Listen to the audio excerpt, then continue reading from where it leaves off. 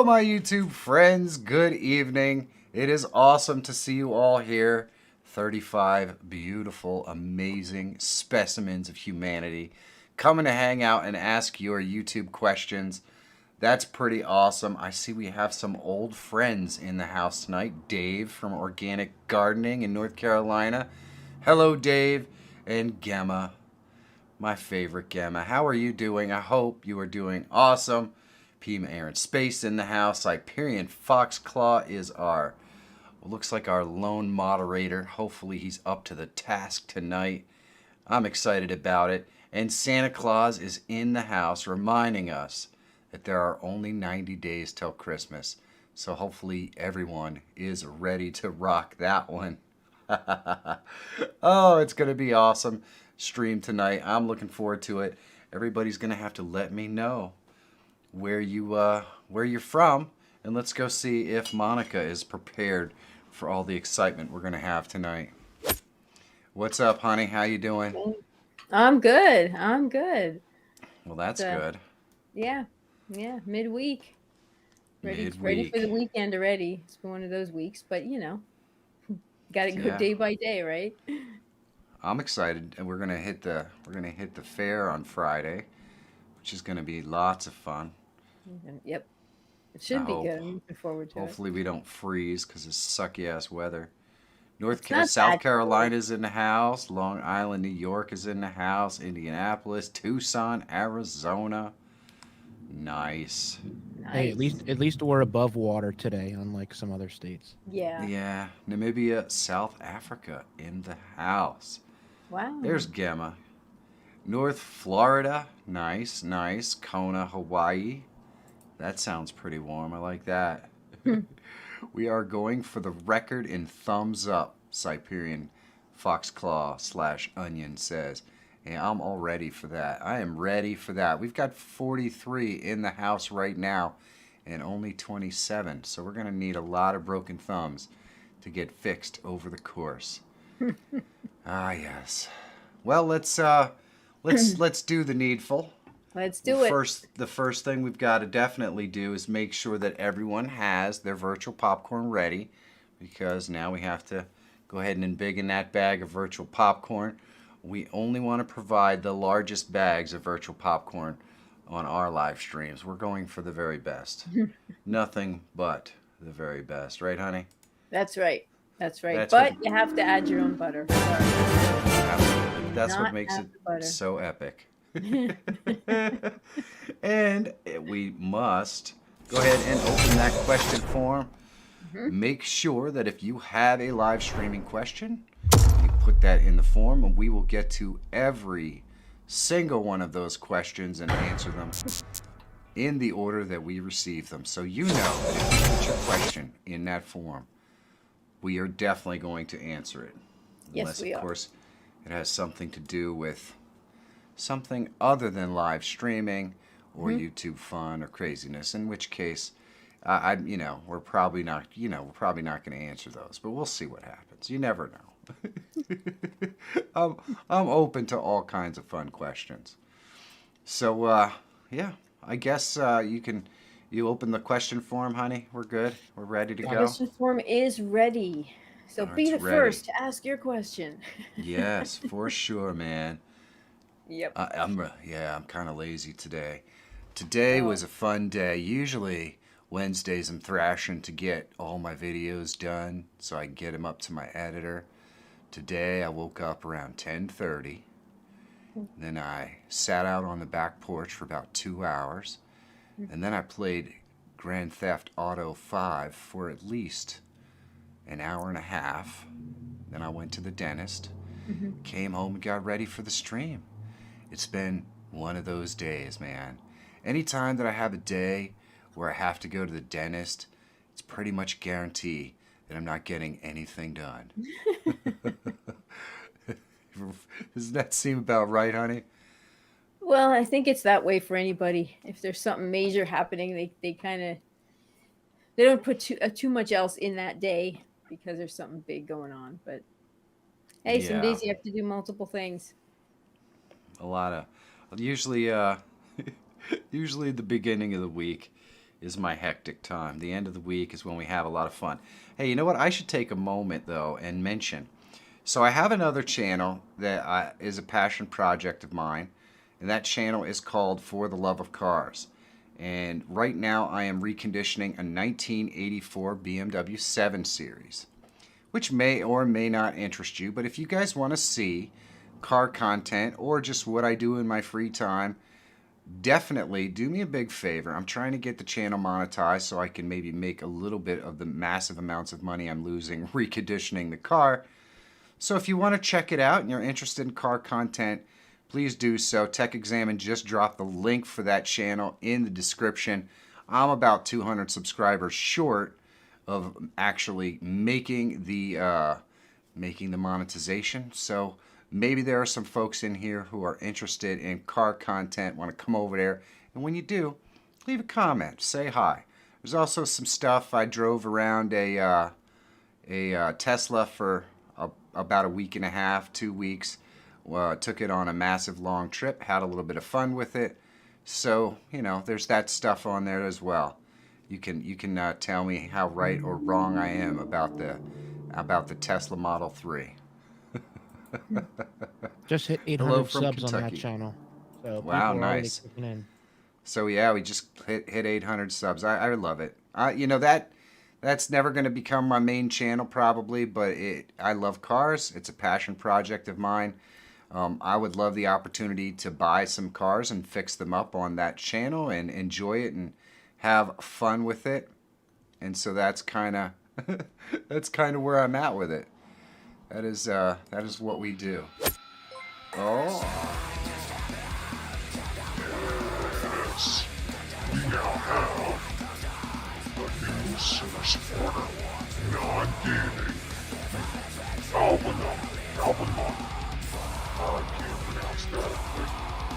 Thank you so much and welcome to the membership program. Hey, Mega Squad Trevor's in the house. You have not yet seen Dr. Rob. Hopefully this comes by. But we do have a membership button down below. If you click it, you too can join us. Become a member. There are 2 tiers to support the channel. You can become a super supporter, which supports the channel, or you can become one of the Stream Squad members, which gives you access to our Discord as well. So you can meet and talk to lots of other streamers out there, just trying to find their way in this massive streaming game. It's a great way to support the channel, and I absolutely appreciate it. Welcome, non-gaming Albanon. I do appreciate it. That was epic, I have to admit. All right. So do we have any questions, Pumpkin? Yes, You ready we to actually knock have these some puppies out? questions. Sure. We've got to have some questions. We've got 50 folks on the stream. Only 37 likes though. So I think we need to hit those thumbs up for sure. I think so. Rock that. We can rock some thumbs. Everybody rock some thumbs. Yeah, baby. All right, so let's get another one. And somebody remind me to mention For the Love of Cars later, so that when we get some new folks who might be in, maybe they're interested in cars, they can go check it out as well. All right. Okay. What you All got, right. babe? I want to say thanks for the thumbs. People Uh-oh. are responding very well. We're so. gonna be whisked away in a moment by our favorite moderator. He's definitely in the top 3 or 4 anyway. Possibly. I don't know if he's busy and can't talk to us, but it does appear. that we're not going anywhere. Oh, it does. Yeah. Well, you know what? Then we're gonna just do it ourselves. Well, there's Yeah. The logician is the absolute man. And he says, just in case Dr. Rob already tipped you $20, we gotta get one in for a penny extra. I'm listening and lurking while I work. Busy day. Last day of COVID isolation. Working from home. Well, I just hope that you're feeling better. Because, man, we miss you, my friend.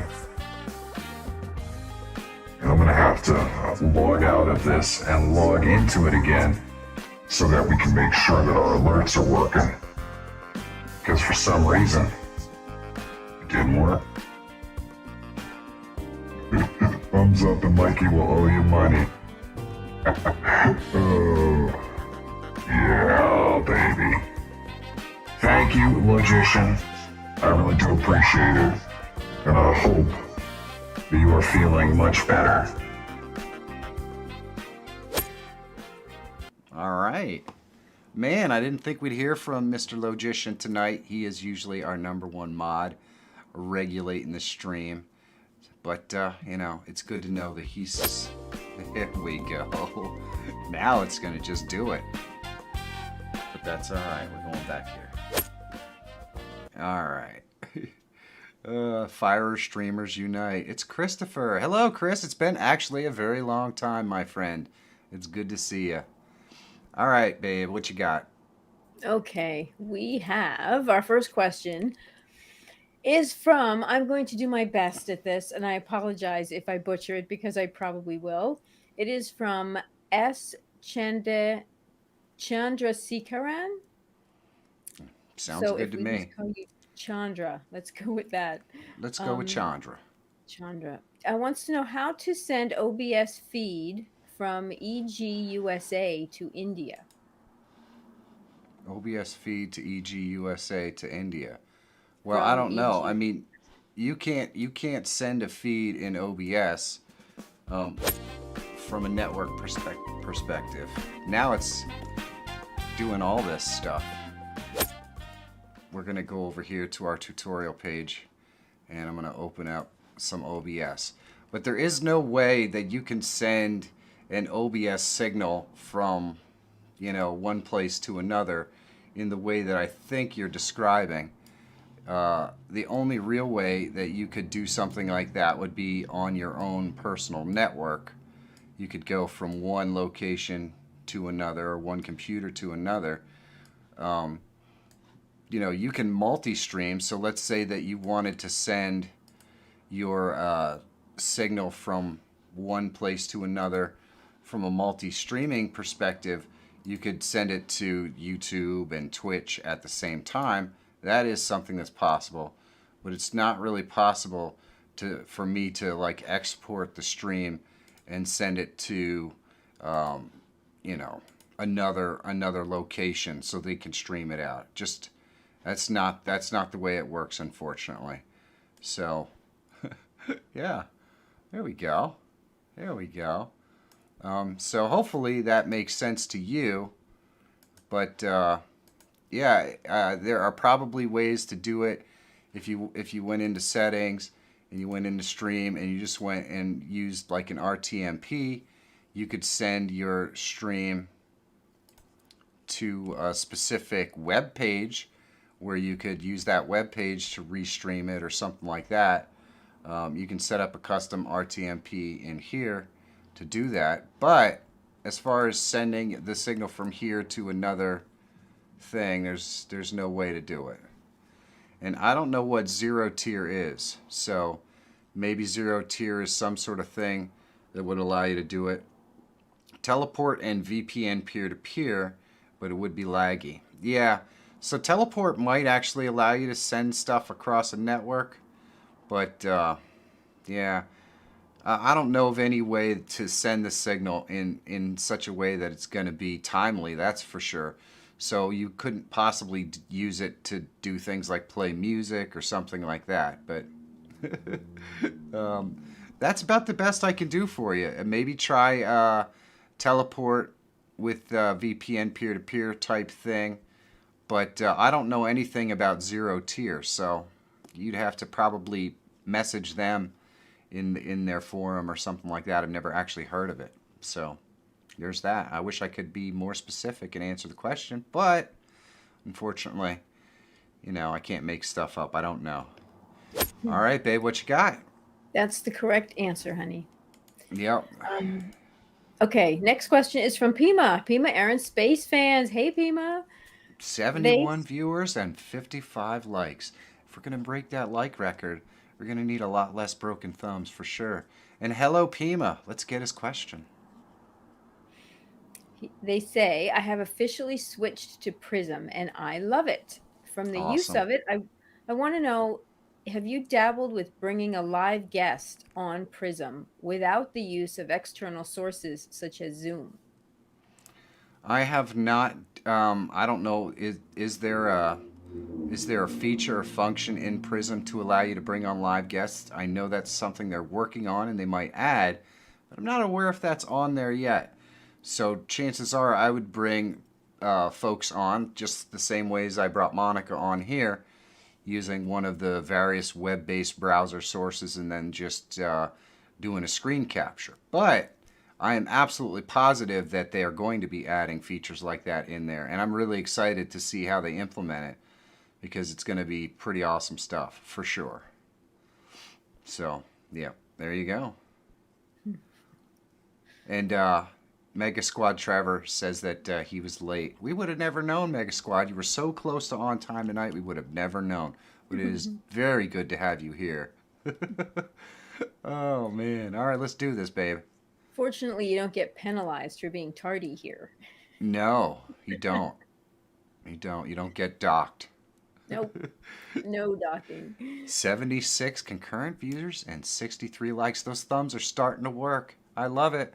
I love it. At this rate, we could actually break the thumbs up record. You never know. You never know. Never know. Slots and Gaming is in the house. Hello, Slots and Gaming. All right, babe, let's get the question. Next one. Okay, this is from Macho Chaos. Hello, Macho Chaos. I like And that. That's a good one. yeah, there's. I'm just gonna read the whole thing. I think it's only basically one question, so just bear with me. It says, "I All have a right. question about Prism Live and OBS. Can the OBS scenes be imported into Prism, and if so, where can I find them? I've tried going in the menu and finding the scenes and clicking on activate for them, like how Prism Live support told me to do it, but it didn't do anything. None of my OBS stuff shows up in Prism. Do you know anything about that? Do you know how to get them to show up without me having to manually re-add each scene?" Yes. I've done this before. I know they had an update in Prism, and so there could be a little bit of that going on. But let's go over here to our tutorial screen. So what I can do is I can go down here and go to Scene Collections and import a scene collection. Now, needless to say, I've got to go into OBS. Let's see here. Let's go into OBS, and we're going to go into Scene Collections, and we're going to export this scene collection. So let's export it to our downloads and save it. And then I'm going to go into Prism, and we're going to go into our downloads, and we're going to just load up this scene collection. And you see it doesn't come up, which is normal. We're just going to go down here, go to scene collection. And just so you know, I'm not running OBS. I'm not running OBS 28, so it may not do it. But here we go. Yeah, so it loaded in all my scenes. There we go. Now, you might say, oh, well, why is some of this stuff not coming up? Like, if we go to scene 3, you can see the source switcher is not available in Prism Live Studio. The video capture device 3 is already being used by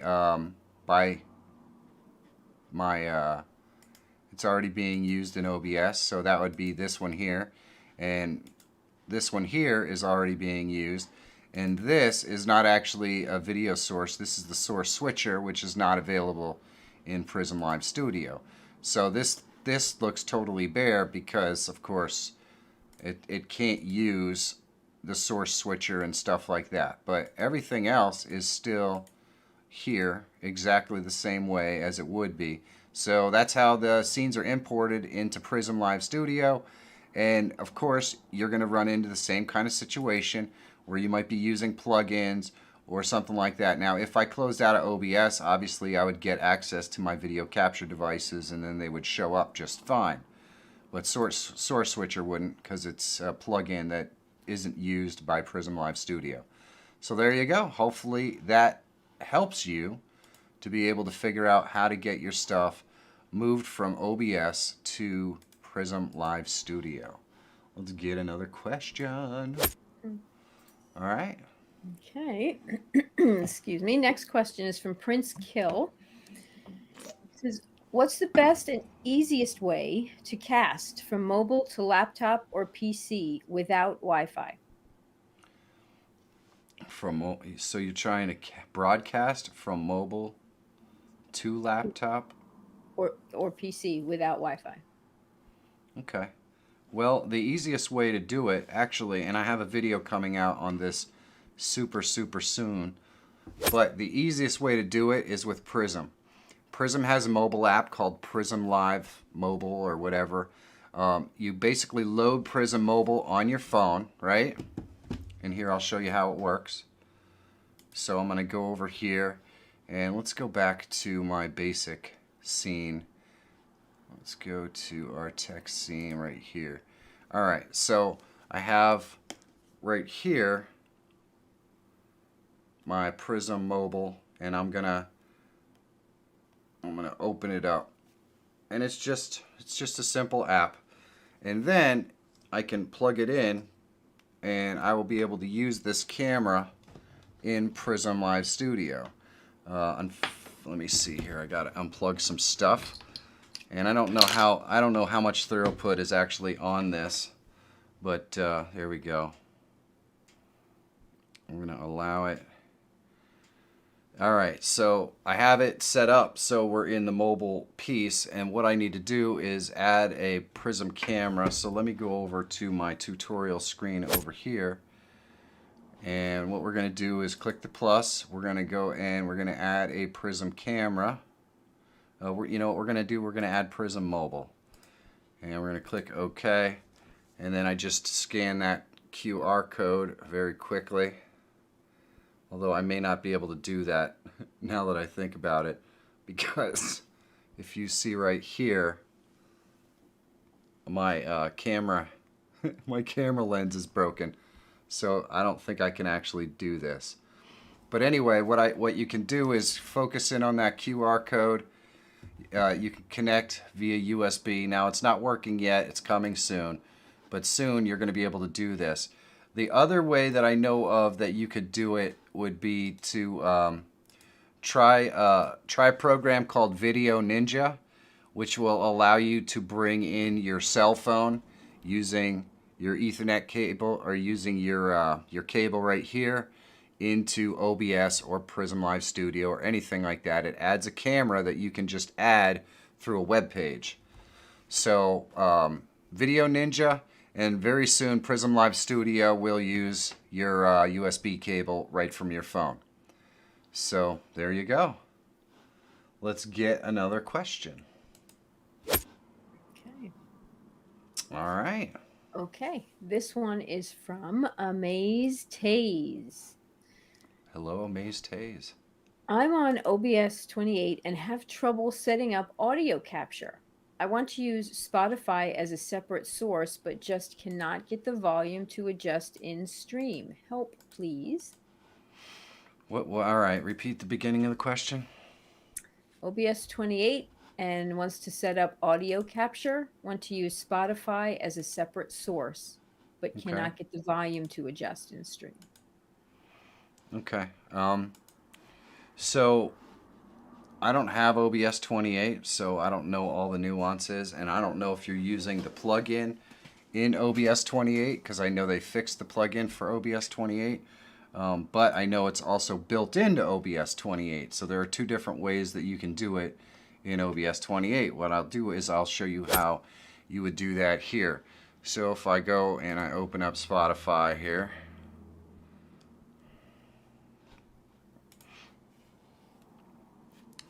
and there we go.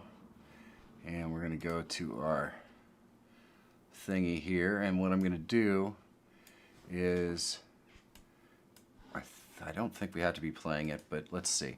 We're going to go to audio application output capture, and we're going to drop this down, and we'll select Spotify, which it does have to be playing. So let's go in here, and we'll mute it because we can't have that coming across on the stream. And then we should be able to capture it here.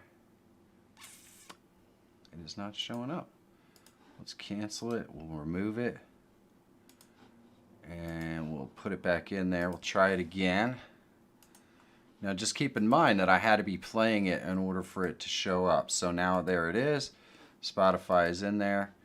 And let's see. So application audio output capture right here.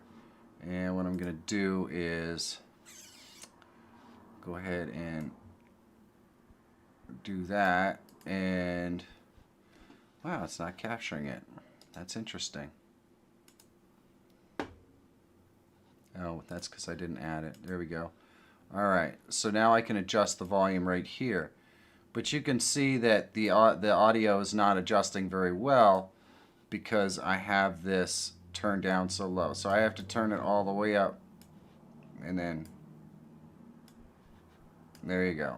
So all right, so that's basically the thing. You got to adjust the volume all the way up in Spotify, and then you're able to adjust the volume right here in your audio application out, your application audio output. So if you don't have the volume up sufficiently in Spotify, you won't be able to adjust it sufficiently with the application audio output capture. But that's how you do it. Once you have it in, it's loaded up, and you have the volume up all the way and it's playing, you can adjust the volume right here to make it however you want. So hopefully that helps you. Let's go get another question. Okay. Next question is from the Gatekeeper. Hello, says, the Gatekeeper. How do I set up voice mod on a 2PC streaming setup? What's that? I was reading the Gatekeeper. I'm not sure if he's talking to me or if he's talking to somebody else about answering. Okay. You don't He's, know. he's I don't talking know. to me because he didn't answer it. I asked the question the first time. So I Oh, asked him, okay. I said, this doesn't make any sense. What do you mean? Oh, And okay. just going on and on and on. So Oh, I all asked right. Monica the right question. Okay, cool. Go ahead and ask the question, Pumpkin. How do I set up voice mod on a 2PC streaming setup? Well, you're going to just put, you don't need voice mod on both of them. You can just add voice mod onto the audio for the second one. Well, actually, that's not totally 100% true. So you're going to have to add voice mod onto the microphone. Oh my. Bigfoot, thank you so much. Oh, we're gonna play this game again? Apparently, we are gonna play this game again. Well, we're gonna just go cameraless for a moment, folks. It's gonna be just fine. Yeah, we are. We're going cameraless here until I can get to Bigfoot's thing, because it's not switching me. So, we've done this before in the past. It's gonna be okay. It's gonna be just fine. Alright. And let's go here. We have to find it and kill it. Every once in a while, it just stops working, you know? And we're gonna go here. And try to open it back up. And hopefully, now it's going to work properly. There we go. There we go. I don't know why it does that, but thank you so much, Bigfoot. I appreciate it. Let's see if Bigfoot left any sort of message. It's just a super chat. Is there a cool sticker that goes along with it? No, it's just Bigfoot being awesome. Well, thank you, man. I appreciate it. I really do. I really do. I totally love ones like this. It absolutely made me forget about the question that was just being asked by the Gatekeeper. But don't worry, the Gatekeeper. We will get right back to your question, my friend. We will get right back to it. Oh, man. Thank you so much, Bigfoot. Is it Shaber? Shaber. Well, that's good, because if it was Bigfoot Shaver, I'd be slightly concerned.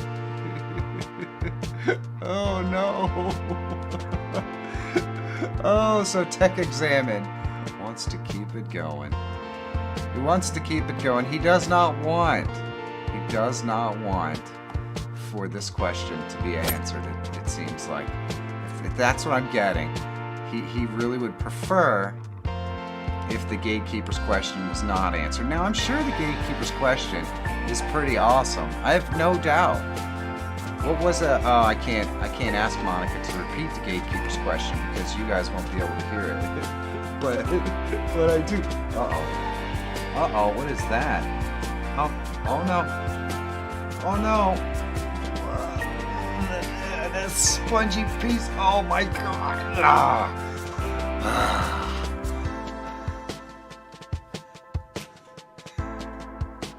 Tech Examine wants me to dance because he paid me to dance. That's what he said. Michael's getting bald. Oh no. Luckily that's not happening. Blue-Eyed Skadee is an 11-month Streamer Squad member. That is awesome, Blue-Eye. You are the best. You guys are amazing. All right, let's go ahead and get the question so I can answer it. Okay. We don't want anyone to leave angry. That's for sure. We want to That's get to as right. many of That's these as we right. We can. don't. We don't. First We time. want everybody's questions to be answered. We do. Okay. Gatekeeper asked, how do I set up voice mod on a 2 PC streaming setup? Okay. Oh, that's a good question too.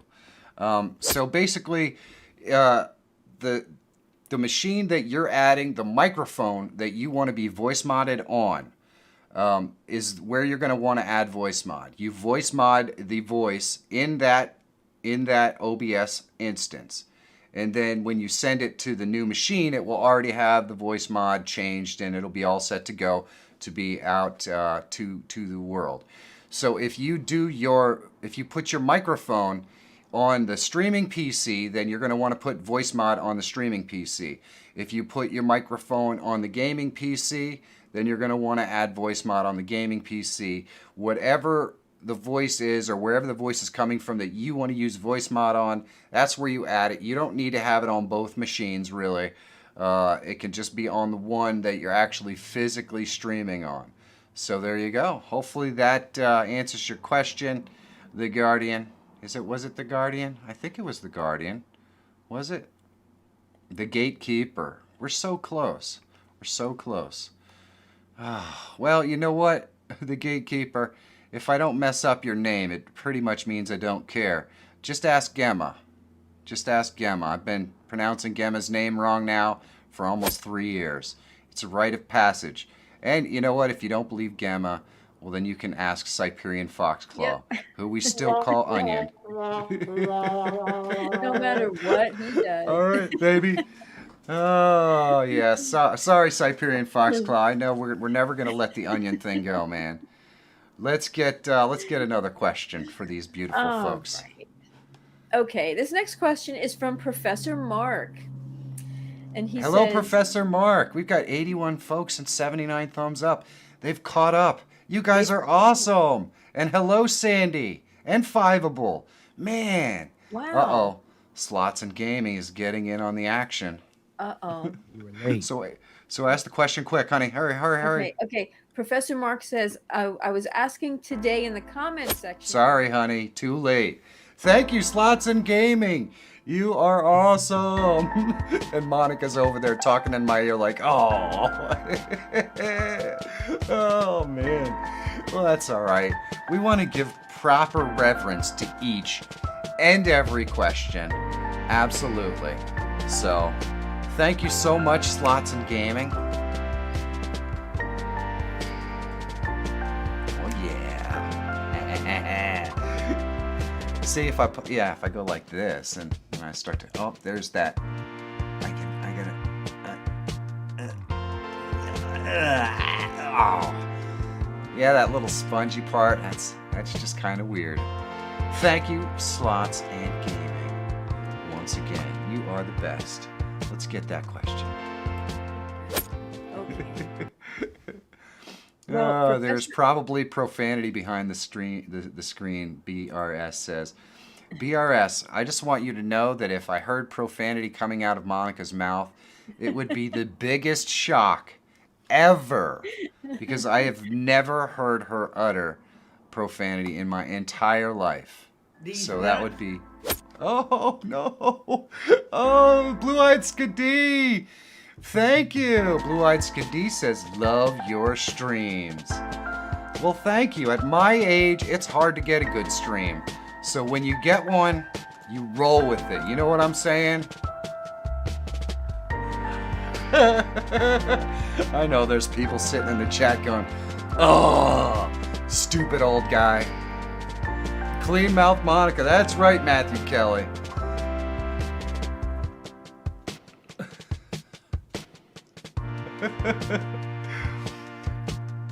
Monica, Pima Air and Space has the soap ready for you. I'm assuming that doesn't mean that he wants to wash you. Hey! Thank you so much. Oh, Phoebe says she wants the pink hair lady. Well, that's a much higher tier of donation, but you know what? For you, Phoebe, we're gonna do it. Just so everyone knows what it's all about. Oh no. I don't think. There we go. Oh yeah. There we go. Oh my goodness. Hello. And thank you. Thank you, Phoebe. Thank you. Oh, you're so wonderful. Yeah. You get a little bit of that. A little bit of the pink hair later. And Sandy says, how is Monica? Well, I'm just gonna tell you right now, Sandy. She's pretty awesome. I think.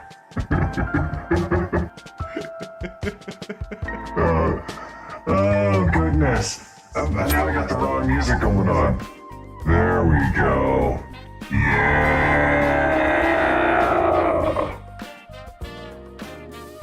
Michael Doubtfire.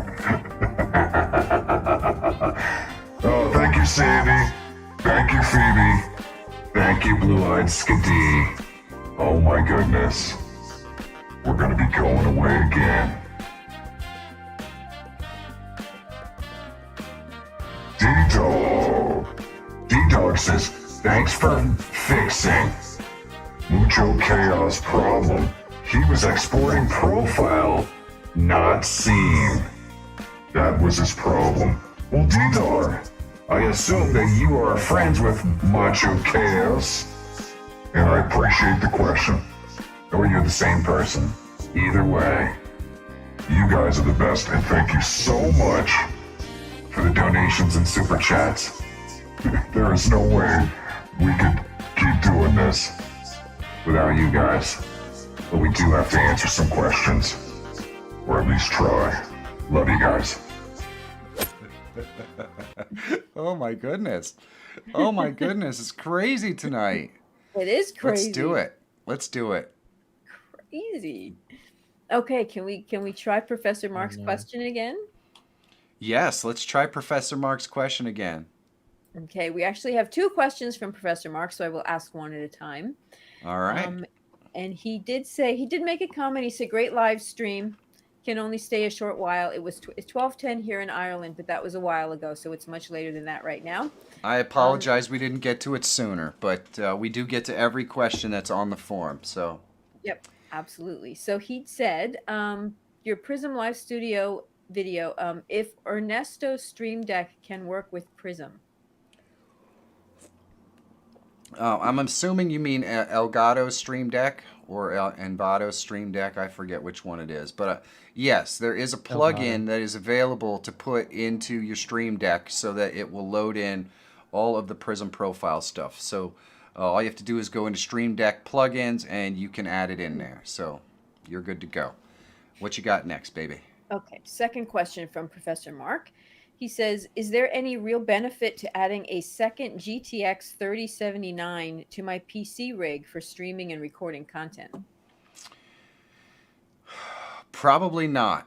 Probably not. In fact, if you were going to end up with another GTX card, you probably get bigger benefits out of sticking that card in a second PC.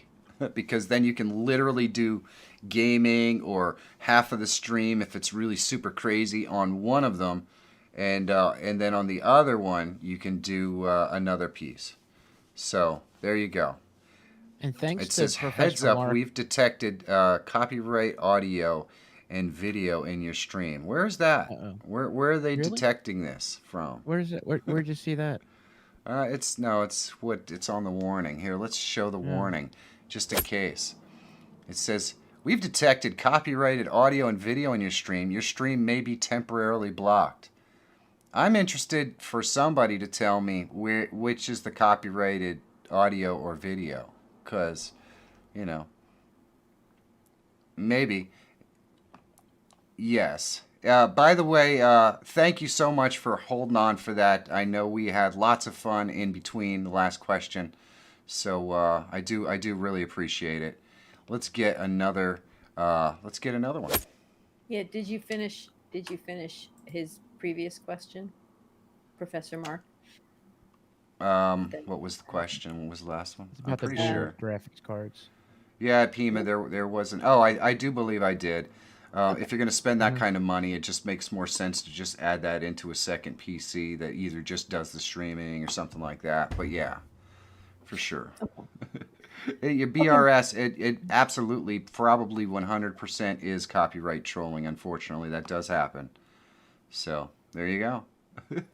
All right, let's do this. Okay, next. This is easy has a question. All right. YouTube doesn't seem to have the same level of interactivity through StreamerBot with the viewers as Twitch does. Is this right, or am I doing something wrong? There doesn't seem to be a way for viewers to execute commands. Well, there are ways to do it. I did a video not too long ago on the process. So whenever somebody super chats this live stream, it sends us to another scene where we play around and use different faces and that sort of stuff. So there are ways to do it, but it's not easy. It's not easy.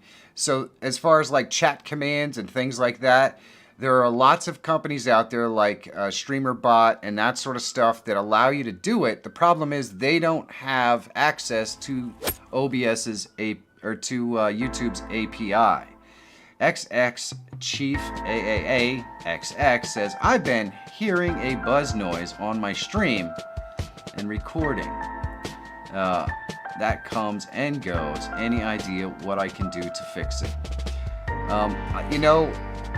I'm going to just call you Chief. Chief, the easiest way to fix it, because more than likely when you're getting a buzzing sound, it means one of the cables for your microphone or something is not properly grounded, meaning you have a bad cable somewhere.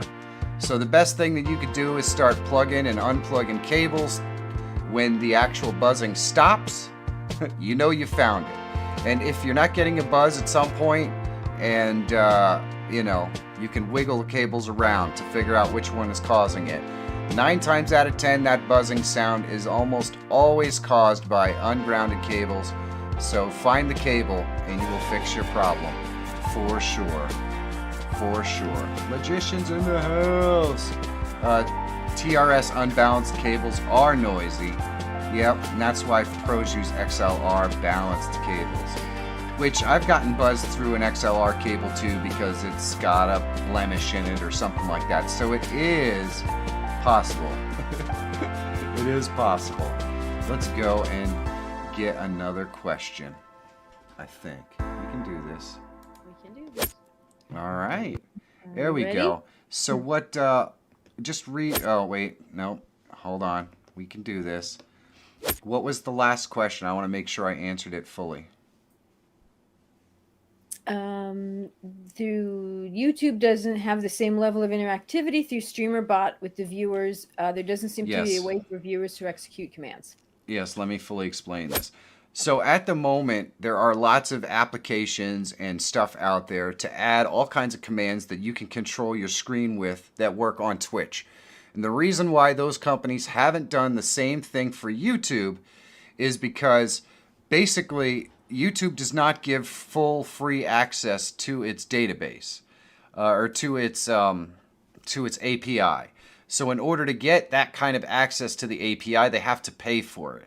But since most of these applications are free and they don't have a way to incur an income from using them, they just don't support YouTube. In the future, since I believe Twitch is pretty much dying and stuff, these companies are going, or these small projects are going to have to find a way to make a buck or two from their projects so that they can add the YouTube API, or YouTube's going to have to open up their API for free. But since they've been doing it this way for so long, I don't see that that's likely. The point is that the reason why is because YouTube's API is not free. Otherwise, the exact same tools that are available on Twitch could be available on YouTube. It's just that those applications that do that stuff don't support YouTube yet because they have to pay for the API. So there you go. Hopefully that helps you out. It does not actually, like, you can access your own API. So if you know how to program, you could run something like that on your own machine to access the API and do all of that stuff if you wanted to. Because YouTube obviously doesn't charge you, the YouTuber, to access your own API during the stream. So it's just third parties accessing your API that they don't like.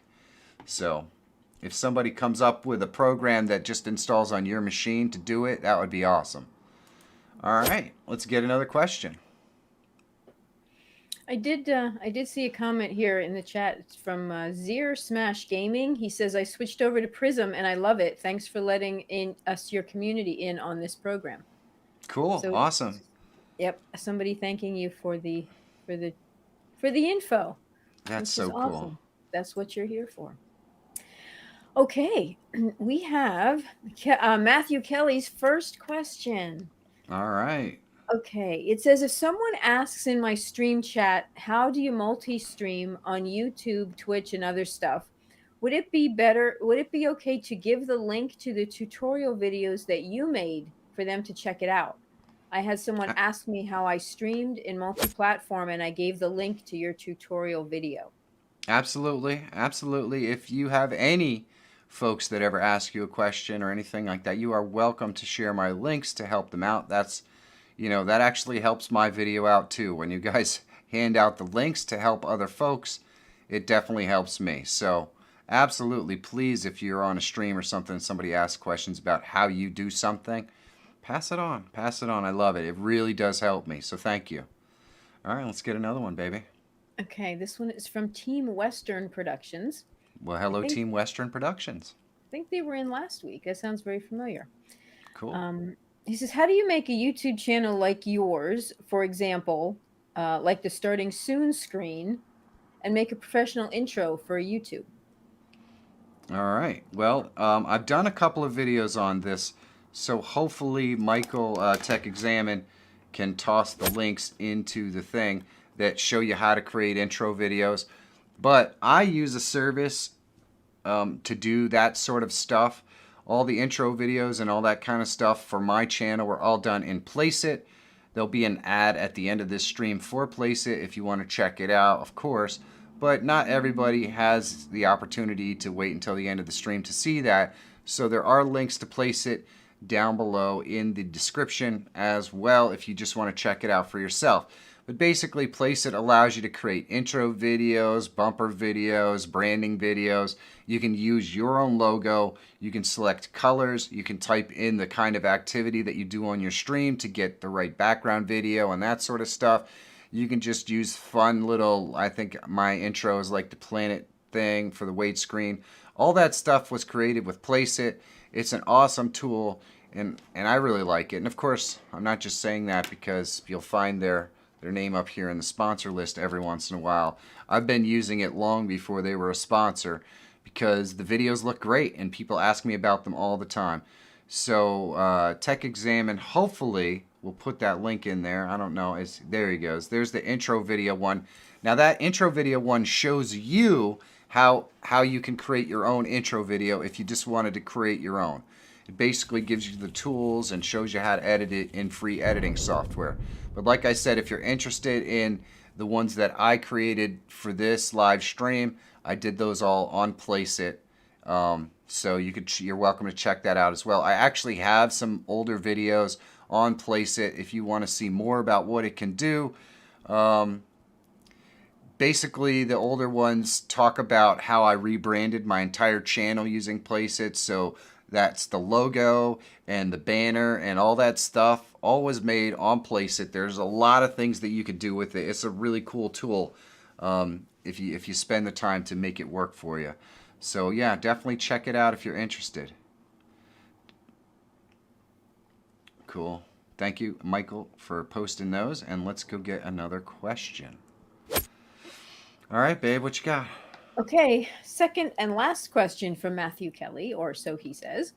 He says, I was thinking of selling an unopened box of TurboGrafx 16 Mini on eBay and have a link to the chat in a pinned message. I know how to pin it up on YouTube. How do I make a pinned message on Twitch and Facebook chat so that they go to the link? Interesting. So the easiest way to do it is probably just to set up like a chat bot of some sort. I use Stream Elements, but you can set up a chat bot in Streamlabs or Stream Elements, and what it would do is every 15 minutes or so, it'll just pop that link into your chat. And obviously, if you're multi-streaming, it will pop it into all the places that you're streaming to, so that you don't have to worry about it. That's probably the easiest way to do it. And it basically does the same thing as you see down below in my chat right now. It says, don't forget to subscribe. Well, that's just a bot. That's just a Stream Elements bot that pops that in there. That could be a link if I want it to be, or whatever. So that's the easiest way to do it. Nightbot. Yeah, Nightbot will do the exact same thing as well. So you can use that, and you just pop a link in there and you tell it how often you want it to come up. And there you go. It'll do the needful. All right, babe, what you got? Okay. Hopefully that helped you, Matthew Kelly. I appreciate it. It looks like we have 100 thumbs up. Oh my goodness. That is incredible that we've already hit the 100 thumbs up mark in 1 hour. I think we've got a definitive opportunity here to actually break the likes record. I think it could happen. It could happen. So who knows? Who knows? Look what you did, Onion. You started it, brother. All right, let's get another one. Okay, this comes from eBlack TV. Hello, eBlack TV.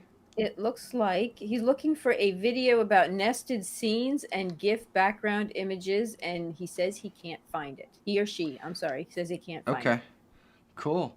So I have a video on nested scenes for sure. Hopefully Tech Examine can drop the link in the chat for that video, but let me see. Yeah, just in case you didn't see it, Tech Examine is posting it in there for you. I can pop it in there as well, so that you're sure to get it. And here we go. I just popped that in there. So that one's about the nested scene. The second piece of your question about adding GIFs and that sort of stuff, you just download the GIF to your local hard drive and you add it into the scene that you want to be able to use it in, and you just make it visible or invisible depending upon how you want to have it set up. I'll show you as an example right over here. Let's go into a scene like this one here. And I can just put, if I wanted to put an animated GIF in here, it would just be a media source. And then we can just add any old media source, really. But I don't think I have any animated GIFs on here, unfortunately. Let's see. So what we're going to do is we're just going to add a video instead of an animated GIF, just because it's the easiest way to illustrate how you're going to do this. And we'll go in here and we'll go to, let's see here. We just need a simple, easy video. So we'll go into our Monica Cam here, and we'll just grab one of these. Let's do this one here. Alright, so this can be an animated GIF. And there we go. And what we're going to do is we're just going to make this smaller. So that's what any animated GIF would kind of look like, and we'll just crop it up because most of them would be more square than that. And then whenever we wanted it to pop up on our stream, all we have to do is go ahead and click the button, and there we go, it pops up. And you can actually go into your keys, or in your, if you have a Stream Deck, and you can make this so you can just push the key and it will turn it on or off, just like that. And there you go. That's how you would add an animated GIF or something like that into your scenes. Now, if you wanted to make it so that it could fit in any scene, I recommend that you check out the video that I have on the Downstream Keyer.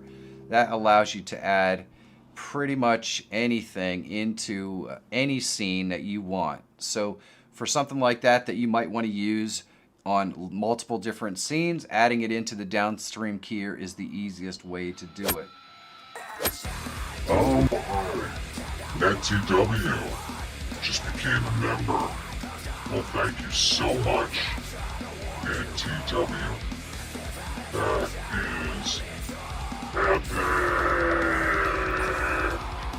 Anyone else out there, click that little members button down there and join us. Join us. I didn't see Dr. Rod yet tonight, but I am wearing his favorite shirt. Oh. Yes. Yes.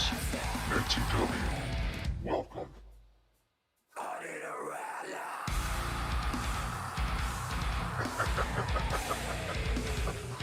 Oh, my audience is awesome. Thank you.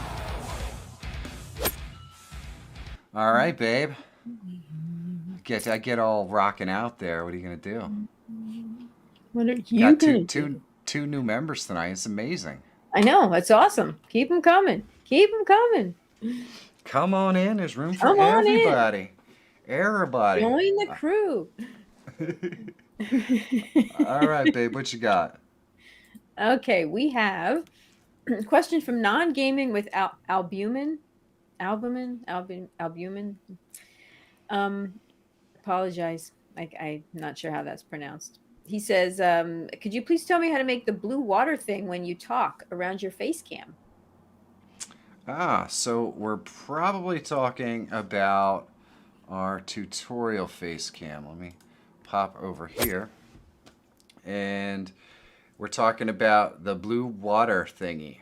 And that uses a very, very cool plugin. Let me see. I'm going to have to pop over to, you know what, I can't actually go to it. I have a video that shows how this plugin works.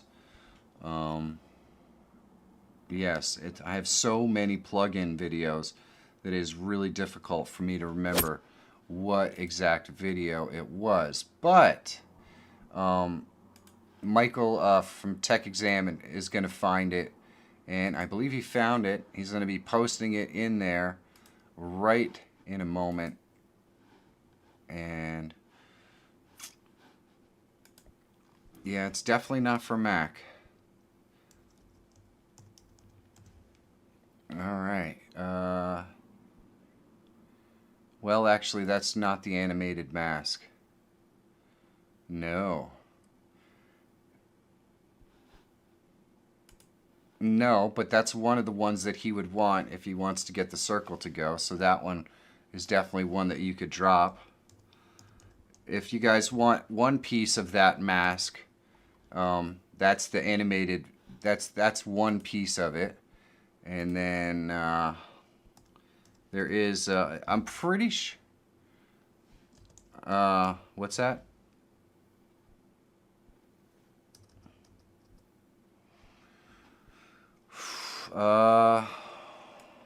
It's one of the ones that has a whole bunch.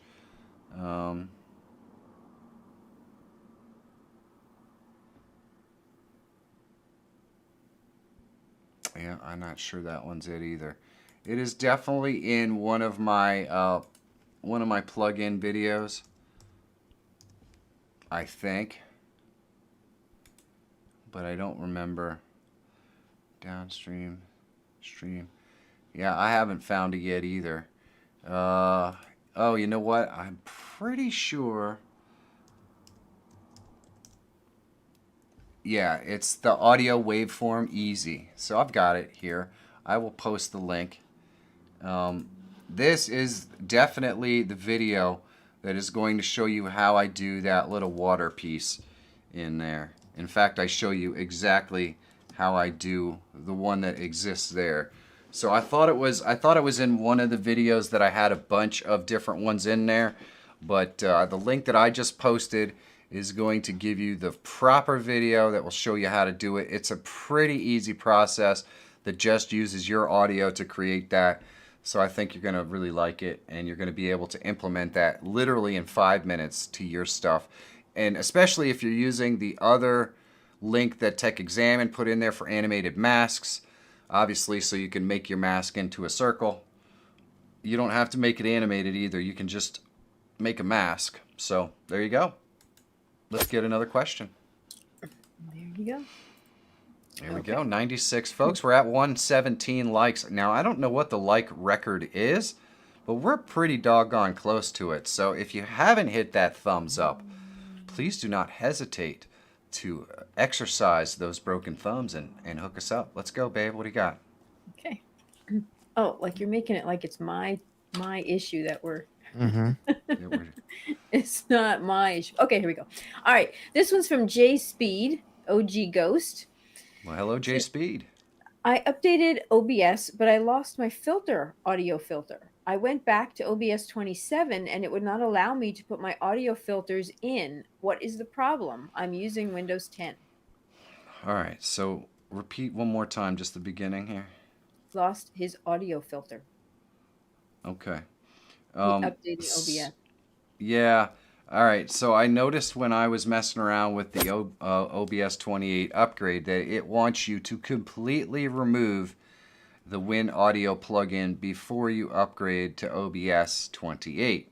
And what I think might have happened is that you didn't fully uninstall Win Audio plugin before you updated to OBS 28. And so now when you went back to 27, it's stuck. So the best thing that you can do is go to the OBS forums and ask the question, what's going on? How do I fix this? Or you can, the other thing that you could try first, what I would recommend you try first, let's go over to my tutorial page. What I recommend you try first, go into Windows here. And by the way, I'm using Windows 10 as well. Go into Settings, go into Apps, and then look here for that Win Audio Capture and remove it, and then reboot, and then reinstall it. And here it is, Win Audio Capture. Look for that in there, uninstall it, reboot, and then reinstall it, and I think that might actually solve your problem. That's the best I got for you. Otherwise, you're going to have to take a trip to the OBS forum and see if they can help you out to figure out why it's happening. Let's get another question. Okay. Express next one. Netherlands, good night, my friend. Thank you so much for coming and hanging out with us. All right, let's do it. The live format record is 240 thumbs. That's for For the 2 hour. for The the 3 hour 2 hour. format, we had 334. Well, 240. So we're actually about 100 behind. Yep. You never know, though. We can never say never. It is possible. Anything is 105 possible in the room. with these spiky cleats. So Or thumbs up, people. exercise Hit them those thumbs up, and we'll Let's do see it. what we can do. Let's get another question. All right. So Dirty Rat 85 has a question. You dirty rat. Man. Yes. How do you tag a Facebook page or group in Prism Live Studio? I don't know. That's a right. good question. The you'll have to go to Prism Live Studios FAQ to see how you can tag the groups and that sort of stuff. It's not quite a simple process in any of the multi-streaming platforms. So there you go. I don't. The simple long and short of it is I don't know. I'm definitely an expert on live streaming to something like Twitch or YouTube. I am quite a bit hazier on Facebook. So, unfortunately, I can't help you there. Let's get another question. Beautiful. Okay, we have a question here from Bigfoot Shaver. Well, hello, Bigfoot Shaver. Shaver. Jay Burr. Oh, Shaver. Damn Monkey, You it. said shaver. I'm going with Bigfoot Michael on this Shaver. one. Now You that did. would be something. You did. I wonder if so Bigfoot is a big manscaper apparently. I was just gonna say Manscaped. He must be sponsored by Manscaped. uh, Okay, so Bigfoot says, I'm going to be a new streamer. I will be streaming darts, 2 cameras, one pointed at the dartboard and the other pointed at me throwing. I will also need to show the scorecard in a chat box. The dartboard would be the largest box. Can you suggest a platform and a possible layout? Thanks in advance. I am very Okay. computer savvy, and I do have I think this might be a Yeti mic on a stand, but he spelled it YEIT. So if a Yeet mic is No, something, it's then Yeti. that's what he has. It's, Yeti. it's Okay. Bigfoot's biggest enemy apparently. Well, All right. Well, this is a good question. So I have a question for you, Bigfoot. Are you going to be doing these streams locally at your house, or are you going to be doing these streams out and about at local bars or something like that? Because depending upon the case, there could be a pretty specific tool that might appeal to you. Okay, so you're going to be doing it out and about at local bars. Well, let me I'll show you what I got here. Now,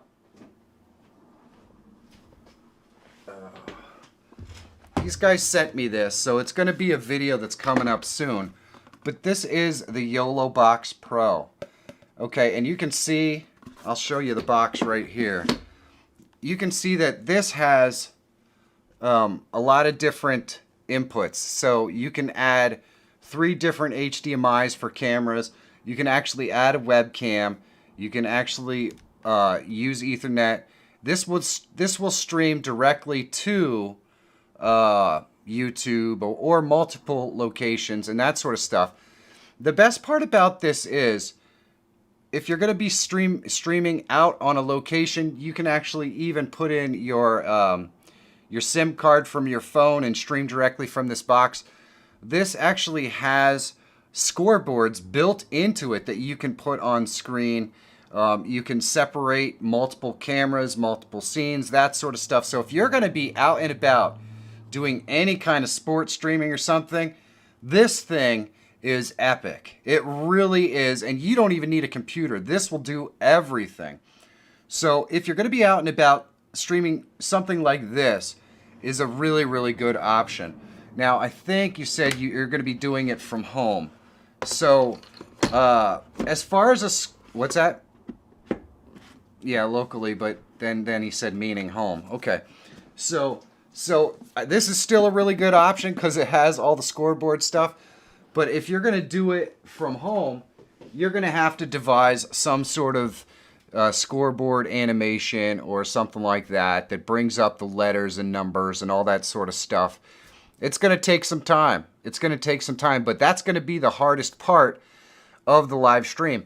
Now, I'm actually working on a video that I'm going to be releasing really soon in conjunction with a bunch of Twitch streamers called Action Lab, and they put on weekly streams about basically sports.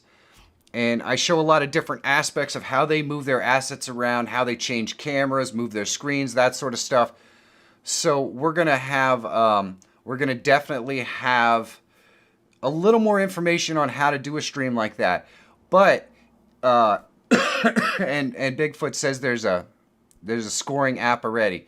Okay, so all you're gonna want to do, excuse me, is do a screen capture for the scoring app, and then crop out everything you don't need. Let me kind of show you what I'm talking about. So let's go over here, and I'm going to go over to my tutorial screen. So let's just say that we were going to grab a scoreboard here, and obviously we're not going to grab a scoreboard, but we're going to grab another scene. So we're going to do a window capture exactly the same way as we would do a window capture. And let's see, there we go. So we've got Monica window captured up, and let's just say that she's the scoreboard. We're gonna just crop it using the Alt key to take out everything that we don't want. Oh, hold on, we cropped that wrong. There we go.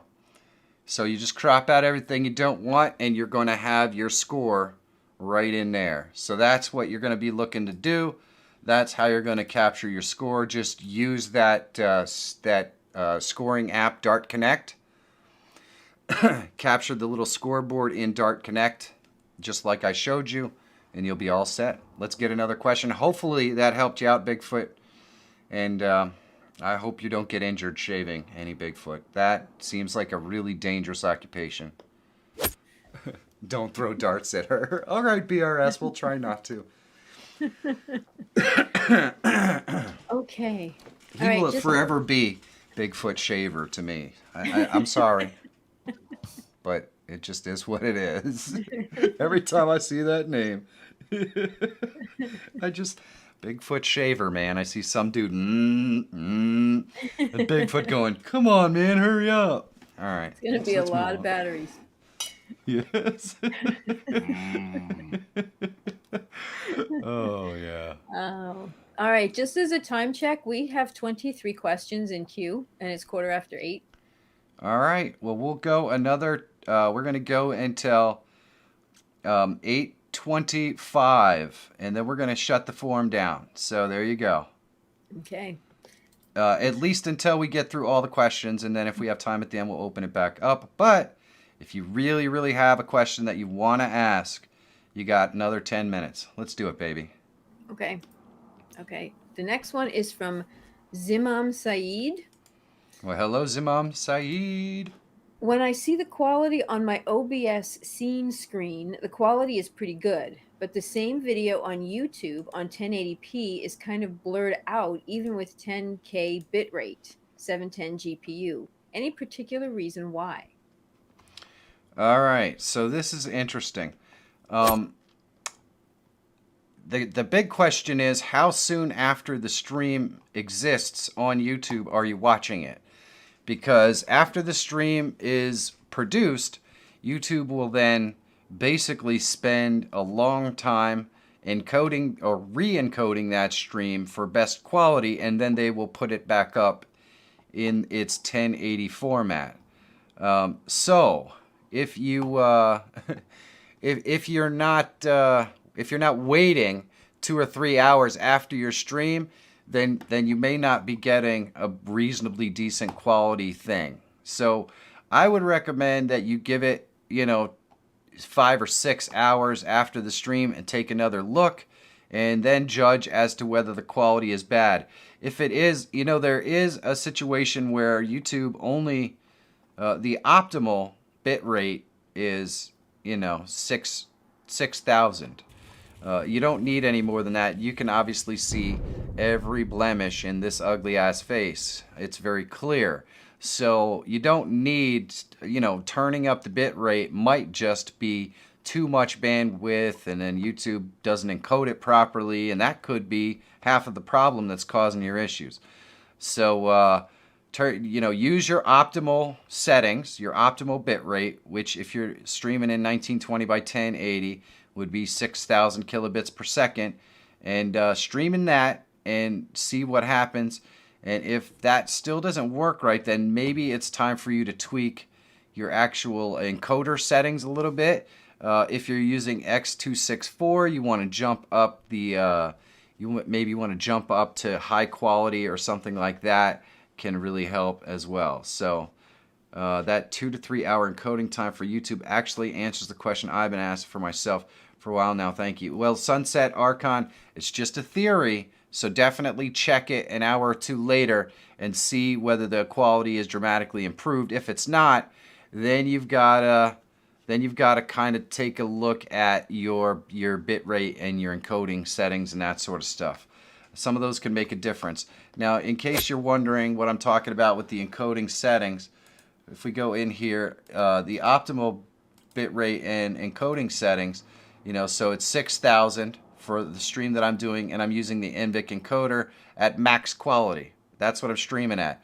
But if you don't have access and you're using X264, you should still be using 6,000 kilobits per second. Check your keyframes to what YouTube says is right. I think that's 2, but I'm not sure. And then creep this up. Creep this up from very fast to faster to fast to medium, because all of that, the higher you creep that, or I guess the less fast you creep that, the higher the actual quality will be. So just keep that in mind if you're using X264 as well. So there we go. Got the clowny face on because I'm clowning around. All right, let's get another question. We got a lot of questions. We got to go, babe. We do. We have a lot of questions here. Okay, so this question is actually from Sunset Archon about PS5. He says, I'm currently using OBS 27. I've been streaming PS5 games using OBS window capture with the PS Remote app so I can add additional OBS elements to my stream. Cool. My issue is that it takes everything from the PS5 display, like the menu bars, notifications, etc., rather than just the gameplay if you stream directly from the PS5. Is there a way to stream PS5 gameplay in OBS without the PS5 menus appearing? Yeah. Well, the menus are only going to appear when you're not playing. So the best way to get around that is just to switch to a different screen when you're playing around in the menus. You're also going to get a much higher quality with a capture card like an HD60 from Elgato or something like that. But they're still going to show what's on the screen. Like the screen capture stuff is just showing you what's on the screen on the PlayStation. So if you don't want your menus showing up and that sort of stuff, the best thing to do is create a second scene. You switch to that scene while you're going through your menus. Then when you kick into the game, you switch over to the game scene. That's what you got to do to make sure those menus don't show up. It takes a little bit of extra work, but having that kind of variety where you're switching scenes is always good on a live stream anyways. This is why we flop around to a lot of different scenes here. Keeps people visually interested in what we're doing. And, it keeps me involved as a producer as well. So, all right, let's get another one. Sorry. Okay, next one is from DJ Tombomb. It wants to know how to add guests in StreamYard testing OBS virtual camera. I typed that wrong. Sorry. All right. That was my fault. This is a collaborative question here. You want to add guests in StreamYard. Okay. Let's Using go OBS over to virtual our camera. tutorial. All right. So basically, you're just going to, so basically we want to export this right here. And we're not going to open StreamYard. I'm going to show you how to do it in a different program because let's face it, it doesn't matter. They're all the same. So we want to set this up so we kick on the start virtual camera. That means we're creating an OBS camera right here. In this case, we're going to use Prism. We're going to click the plus. We're going to go to webcam device capture, click OK. Obviously, if you're using StreamYard, you're just going to go to the camera thing. You're going to drop this down. You're going to select the actual OBS virtual camera. Boom. That's it.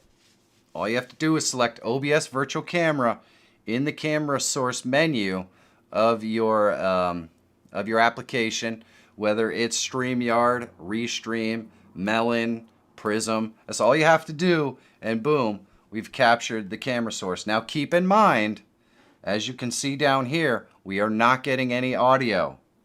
So you're going to have to feed your audio directly into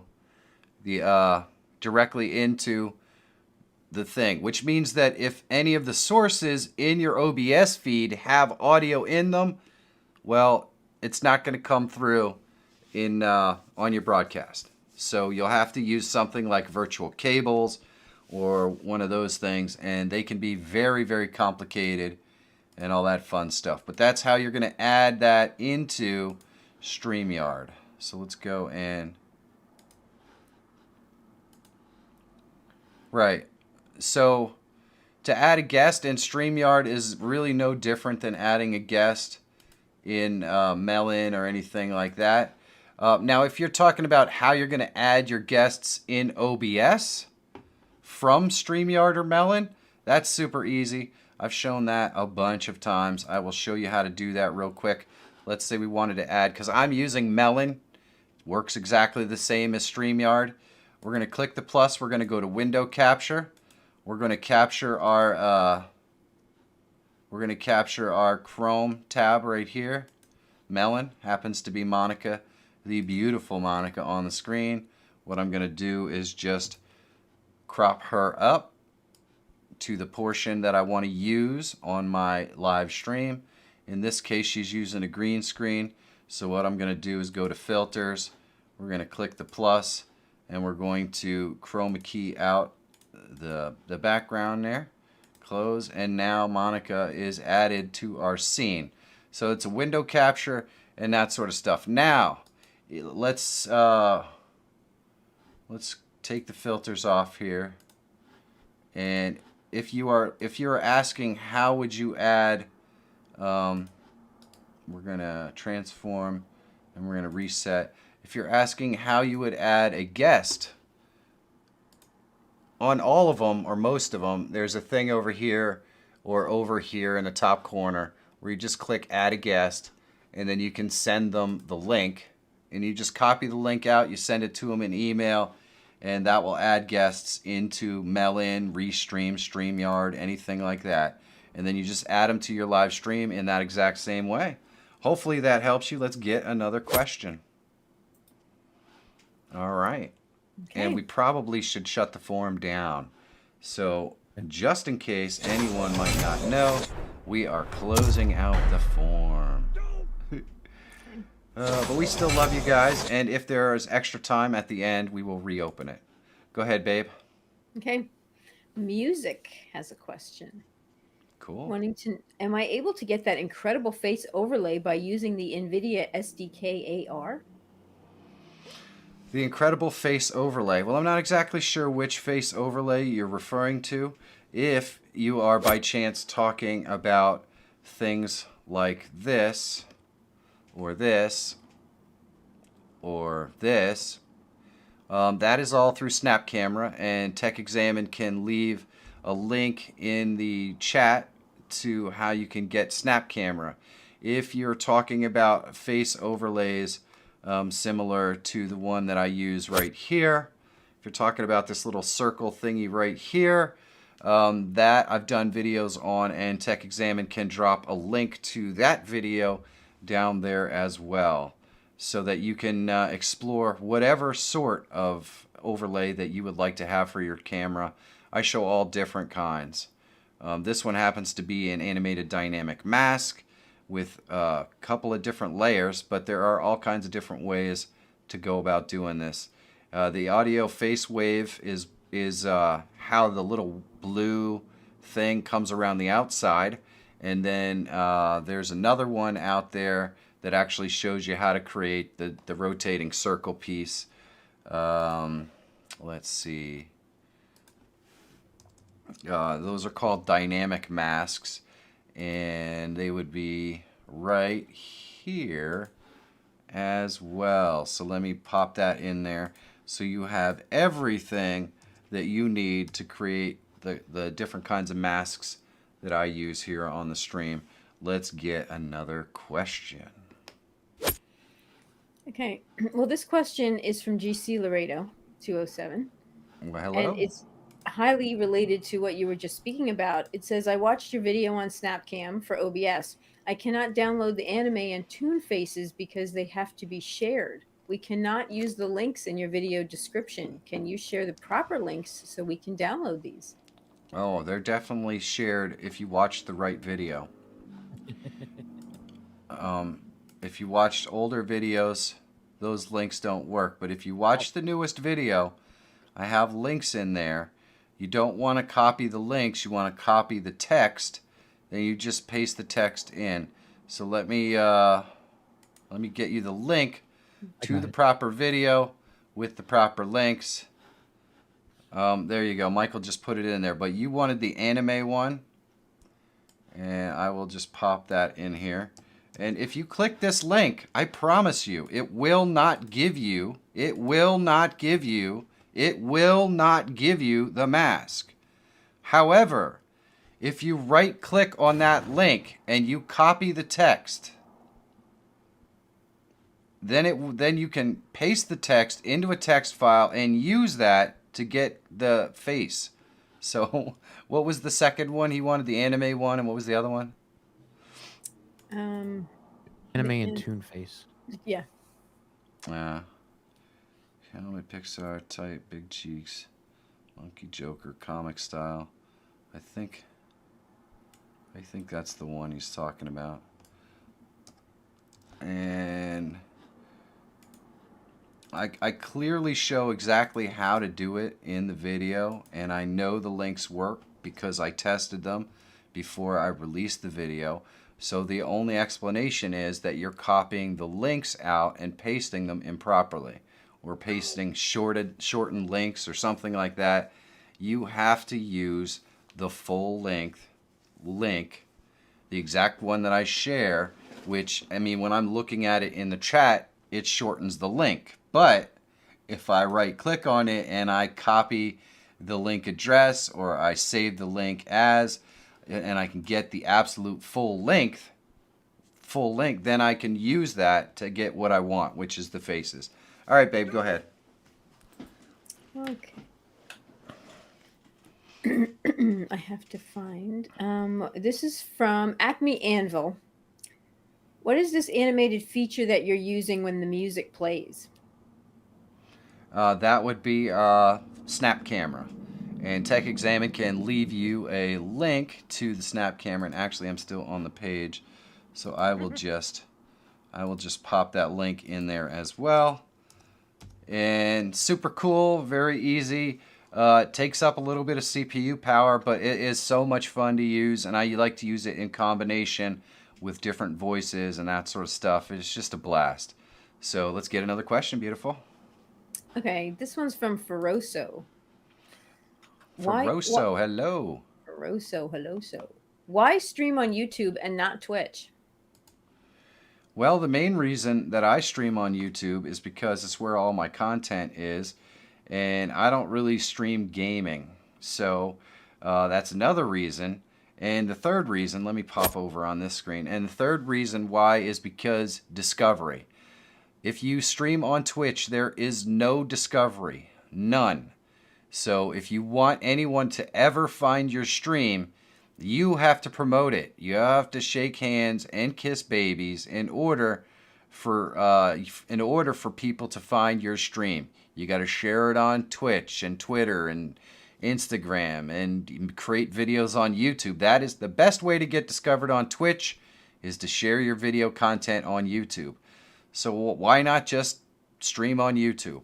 YouTube has an algorithm that will try to find an audience for your content so that you don't have to do it. All you have to do is focus on creating engaging and entertaining content, and YouTube will do whatever it can to find you an audience.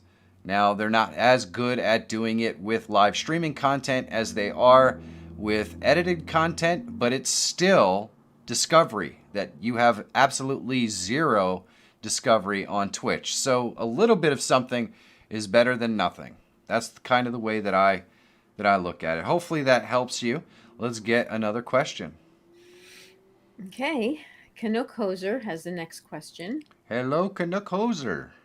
He says, "Hi there. Love every video I've seen of yours. They are truly insightful and incredibly helpful." He says, "I'm looking to move from streaming on Twitch to YouTube, but I can't find a decent alerts box for subs, members, super chats, etc., like what I use on OBS Stream Elements. Any advice other than Streamlabs? I loathe Streamlabs." Well, I use Stream Elements for all my alert stuff that I use, and just in case, it's possible that you didn't actually see it, but this would be like a subscriber one right here. So I created this one, needless to say, and I actually did a video showing folks how to actually create the little smoke thingy that comes out there, and then of course I switch over to different scenes when I get donations and that sort of stuff. So that's really cool.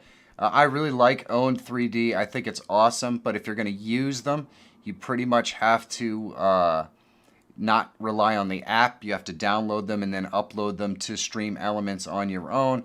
Stream Elements also has a whole bunch of ones that are already loaded in and standard that you can use that are really easy to set up for all the alerts, for donations and super chats and all that sort of stuff. So, yeah, Stream Elements is what I use. It works just the same on YouTube as it does on Twitch. So, yeah, there you go. Let's get another question. Okay, this question is from Mike. And Mike says, does anyone Sandy actually made a good point there. You can log out of your Twitch profile on Stream Elements. Just log in to a YouTube profile and set all the same stuff up. You can use the exact same stuff. Sorry about that. I should have been more specific. Yeah, you can just use the exact same stuff. You just have to log in under your YouTube profile. Sorry, go ahead, honey. Mike's question, does anyone make a multi-HDMI capture card for a laptop? Essentially an Elgato Camlink Pro for laptop. I have not seen any, and they would probably require USB-C of some sort, because the USB-A stuff just doesn't have the bandwidth for really even one quality camera. So, yeah. I'm not aware of any, unfortunately. I wish I could do more, but ATM, the ATM Mini, Bearded Villain, actually has a really good suggestion. Something like the ATEM Mini has multicam setups that you can just plug into USB on a laptop. Then you can switch cameras right on the ATEM Mini. The other one is the one that I kind of showed a little bit earlier tonight, which is the YOLO Box Pro. This is the same thing. You can add all your cameras in here and switch cameras, load it directly into the USB port on your computer. So, you know, there are a couple of different applications out there, none that physically do it on the computer. They just do it third party outside the computer and then send the camera in there. So those are good options. Definitely good options. You know what? I want to take a second.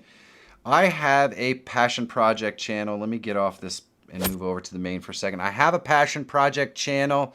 If you guys are interested in automotive content, currently I am revamping and updating a BMW 733i from 1984.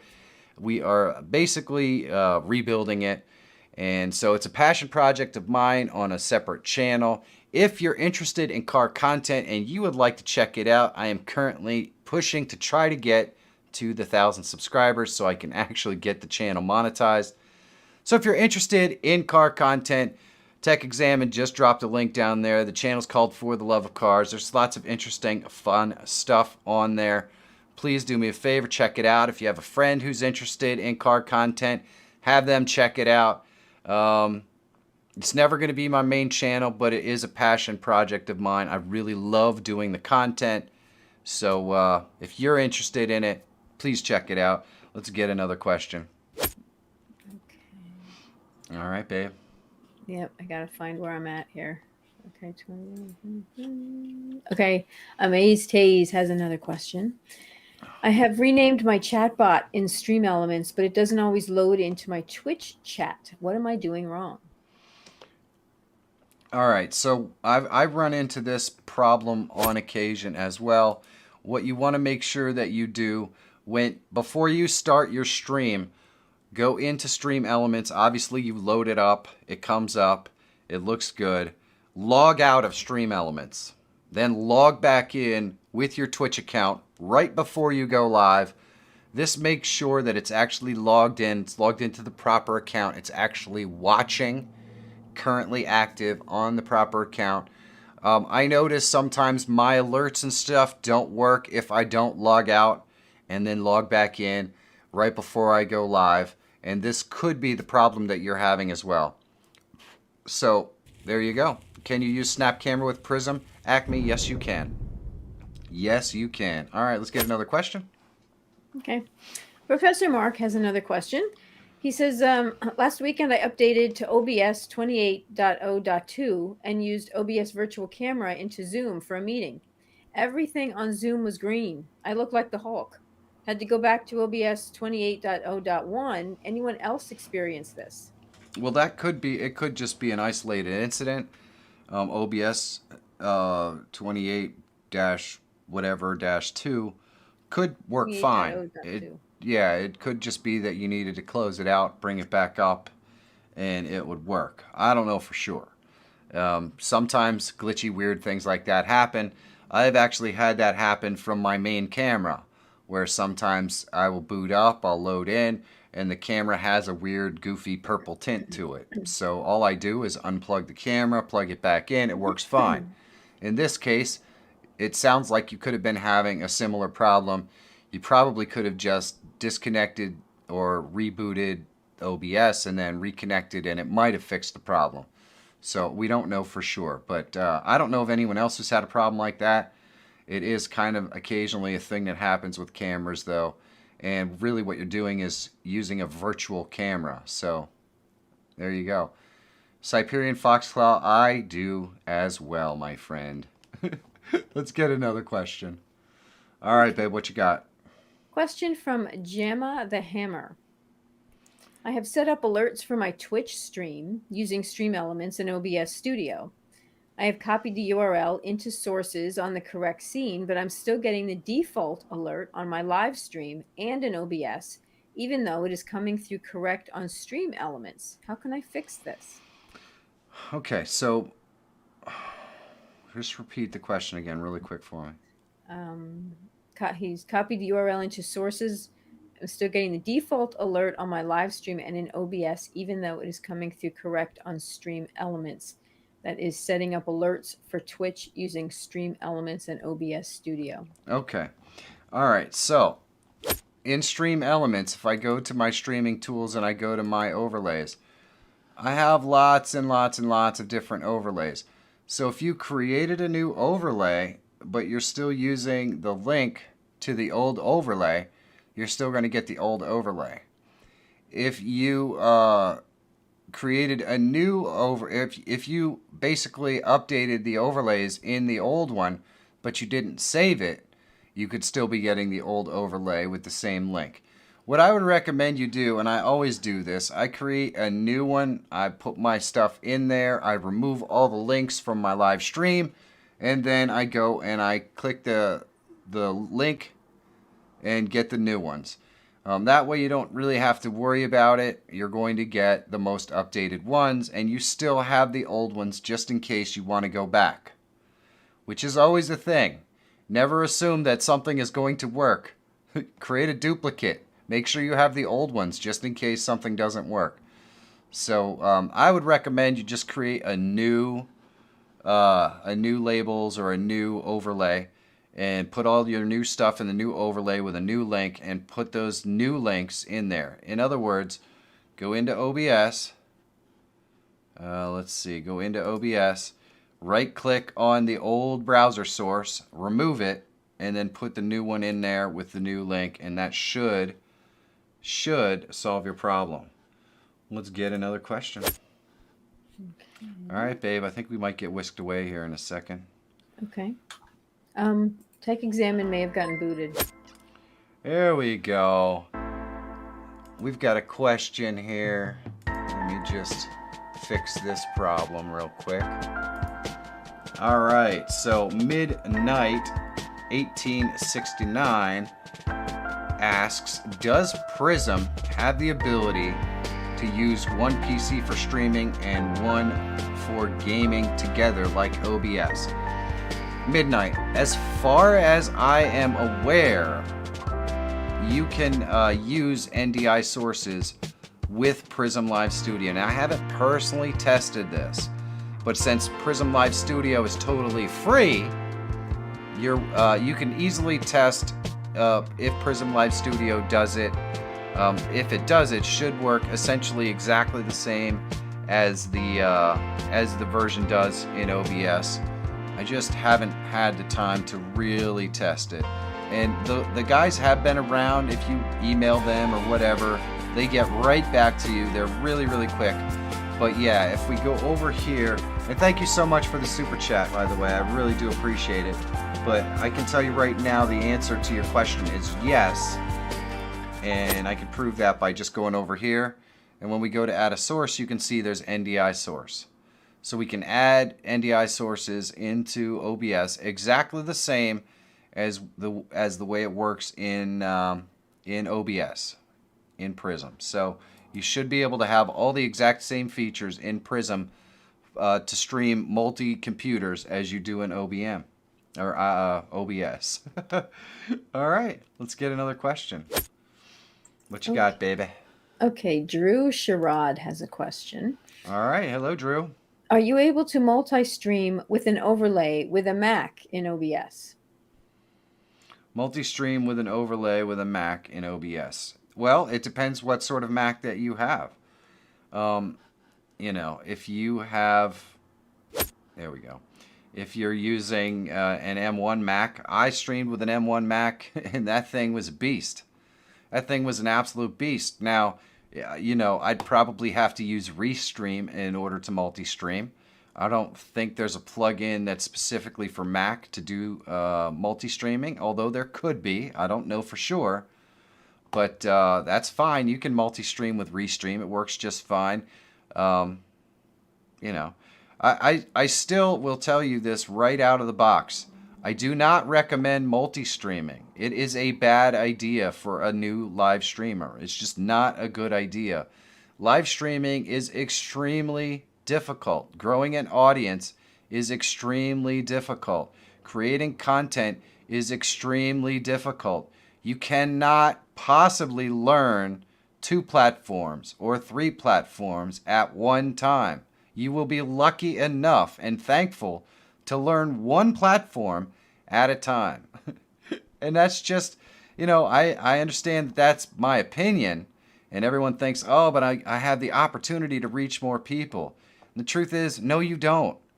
No, you don't. The opportunity, because the thing is you don't grow an audience by accident.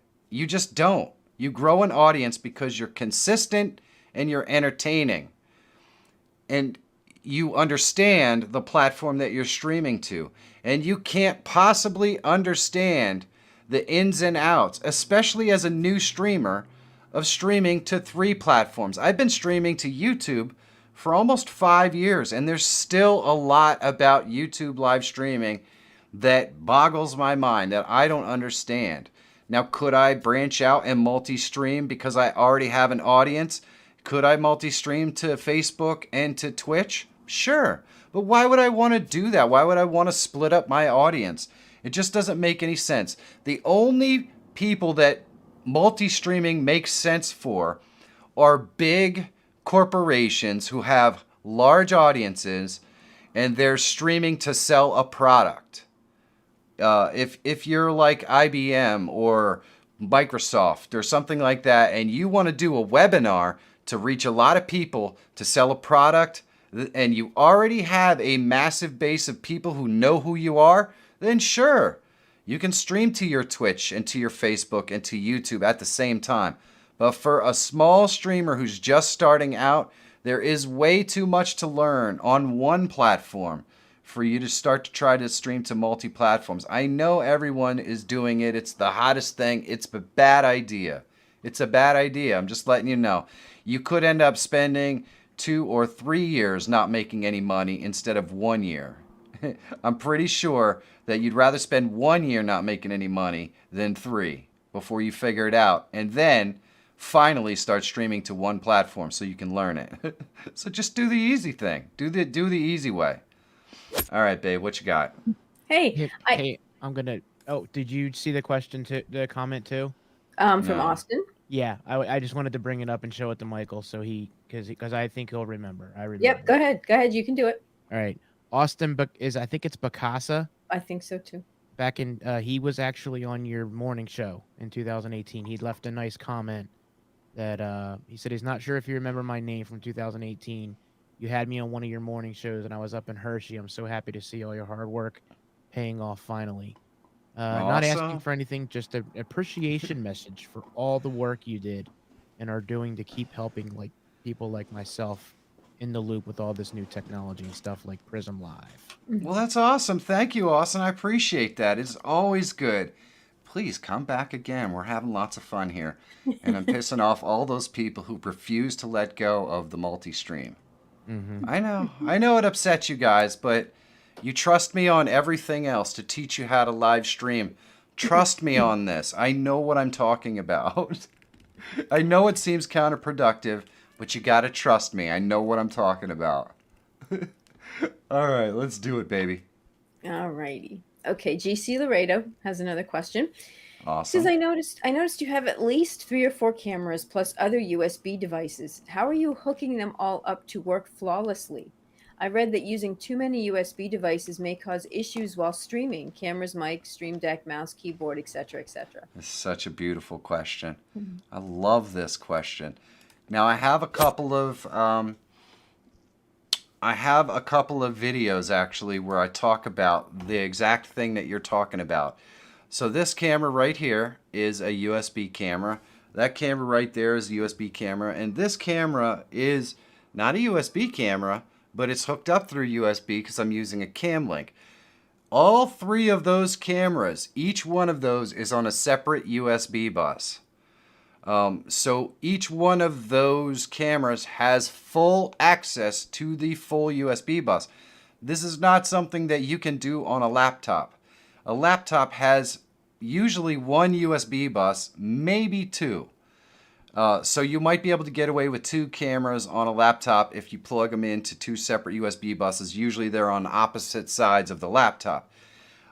If you build a PC, you can add extra USB ports in there. You can check your motherboard to see how many USB buses there are, so you can separate out your USB inputs so that each of those get the maximum amount of bandwidth possible so that you can add your multiple cameras. But yes, there's a trick to it. You gotta have a motherboard in your PC that has multiple USB buses, and you have to plug them in on multiple separates. In my case, my computer has 2 USB buses in the back and 1 that lets you plug stuff in on the front. So that's 3 different ones. I plug each camera into a separate bus, and there you go. And by the way, Iron Tears, I see that you say your laptop has 3. I don't mean USB ports, okay? That's not what I mean. My computer has about 20 USB ports, but it has 3 USB buses. They are totally separate things. If you have 3 USB ports on your laptop, I'm willing to bet that they are all on the exact same USB bus. And a USB bus has a limited bandwidth. So, it has a very limited bandwidth. So, 3 USB ports cannot handle the bandwidth of 3 USB cameras. 3 USB buses, however, each USB bus can handle 1 camera. So there you go. Hopefully that helps you out on that. Let's get another question. Okay, this question is from ePhone Gaming, and I don't quite I'll read it just the way it is and see if you can understand it. It says, when you enter chat room bot, greet you automatic in Streambot command. What's that? When you enter chat room bot, greet you automatic in Streambot command. I'm not sure. I'm guessing you're asking, can you set up a streamer bot that will automatically greet everybody when they come in? And I do believe that there are some chat bots that do that. I don't know which ones do, but you'll have to kind of go and check the chat bots yourself. And there's probably a box on there that says greet newcomers or greet first time chatters, something like that. And yeah, there's a button you can click that will activate that, and then when somebody new chats in your chat, it will say hello so and so, nice to have you here, or whatever you want it to say. So yes, that is a thing that is possible for you to set up. And hello Bear, it is good to see you, my friend. Let's get another question. Okay, we have a question from Chef Mommy K. I remember Hello, Chef Mommy K. From last week. Yes, welcome back. Can you group multiple sources so when you open them, they pop at the same time? Say you want 2 gifts to open at the same exact time. Can that be done in either Prism or OBS? Whew. Wow, that is a tough one. So, here's how I would do it. We're going to use videos for this. Instead of GIFs. GIFs will work the same way. What we're going to do is we're going to create a scene. We're going to call this one NS GIFs. And what we're going to do is we're going to load our 2 video sources in here. So we're going to go to media source, which would be our GIFs. And we have a bunch in here, so we're just going to load those in here. And what I'm going to do is size these up, and we'll crop them so they're nice and croppy like that. And I don't know, let me go in here and loop them too, because I know they're not very long. And we will add a second one in here as well. Let's go with this one here, and we'll make that smaller, and we're going to go ahead and crop this up as well. And obviously you could place these however you want to on your live stream. Needless to say, you're going to set them up. Come on, really? Transform, reset, properties. I didn't loop it, did I? That's not the right one. Needless to say, you're going to probably set these up where you want them on your live stream. So they're going to be in your whatever specific location you might have in mind for them to appear. And then what I'm going to do is I'm going to go to the scene where I want them both to appear. I'm going to click the plus, and I'm going to add a scene. So where is it here? It sounds like we've got a dusty thing going on there. And we're going to add our GIFs. And you can see there's my 2 GIFs. So if we wanted to make them appear and disappear, we just use the little eye icon. And there we go. We've made 2 appear at the same time. So that's the way that I would do it. That is probably the easiest way to do it. And of course, you can add this scene on and off in your. You can add the scene on and off in your Stream Deck or in your your hotkeys and all that kind of stuff.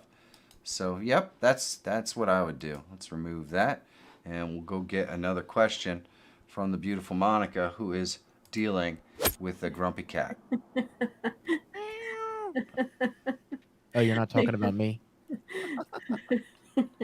I know he's in here somewhere. So that's exciting for the logician, because he's been waiting for a Dusty sighting for a long time. It's good to know you're still watching, brother. I know you're busy. I know. That made him type. Yeah. There he is. Oh, there he is. There he is. All right. We still got 125 folks in here. If you have not left a thumbs up, man, We are not very far from the thumbs up record, so I would appreciate it if you could exercise those. That would be awesome. Let's get another question, beautiful. Okay. Next question is from Heated Veteran. He says, is NDI working in OBS? If so, where's the updated plugin? All right, so I have a video coming out about this in the next day or so, but I don't believe that NDI is fully functional in OBS just yet. Let me verify that because it's been a couple of days. 28 plugin. And I'm going to go over here to our tutorial. And so you can see that no, it is not functional. Neither is Stream Effects. It's still in alpha. I'm going to go ahead and drop this compatibility into the chat so that if you want to check it out and verify what plugins have been migrated to 28 and which ones have not, that will tell you. But as of yet, NDI is still not finished for OBS 28. So there you go. Let's get another question. Okay. Monica's getting some tail. I'm getting Getting the tail whip. he's just all over. I don't know what his problem is today. Okay, this is Andog TV. Andog. Did OBS fix the Stream Deck plugin? Well, there we go. That's another one that I just posted a link in there that will tell you which one of those are working. But I believe last time I checked, the Stream Deck, the Elgato Stream Deck was available. So you might just have to download an update. And it does say right here, if I go over here, you can see the Elgato Stream Deck. It does have available for Mac, Windows, and Mac OS, the Intel and so yes, that should be working. Let's get another question. Okay. Bearded Villain has a question. Well, hello, Bearded Villain. Dusty's very frisky tonight. No, he's yeah. Okay. All right, Bearded Villain. So I'm looking at options for streaming. Should I stick with OBS, currently 28, Prism Live, or Polypop? I've seen each has their pros and cons, but as I reinvent the stream, what would you recommend? Oh man, this is such a cool question. All right, so I think it's so easy to set up really cool streams in Prism Live Studio. It's one of the reasons why I've been doing so many videos about Prism Live Studio lately. I think that Polypop has some epic features that you just can't find anywhere else. The ability to create alerts and all that stuff in 3D right in the program is really cool. So I think if you're using something like Polypop to its fullest effect, you can get a stream that's completely unique that nobody else is really doing. And I think that's pretty cool.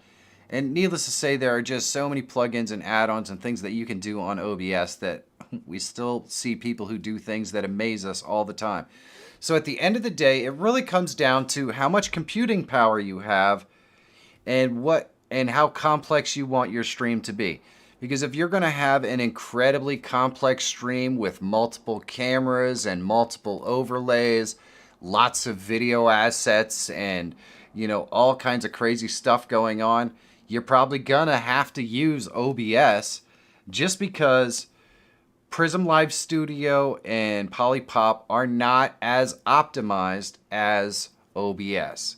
And when you start to add a lot of video sources and a lot of overlays and a lot of activity and action and everything else, well, Prism Live Studio may struggle on older equipment. So at the end of the day, the decision could be made based on your equipment. But if you have equipment like mine, where in a stream like mine, where you're not running games or anything like that, and you just want to go crazy, I don't think there's much you couldn't do with on your machine with Polypop or with Prism or with OBS. So it's really a matter of personal preference and what kind of unique things you're looking for. they all have their flaws, and they certainly all have their pluses as well. I mean, you cannot get that kind of 3D activity and stuff that you get in Polypop anywhere else. It is so cool. And you can't get the kind of easy, simple text tools and built-in backgrounds and stuff that you could get in Prism Live Studio.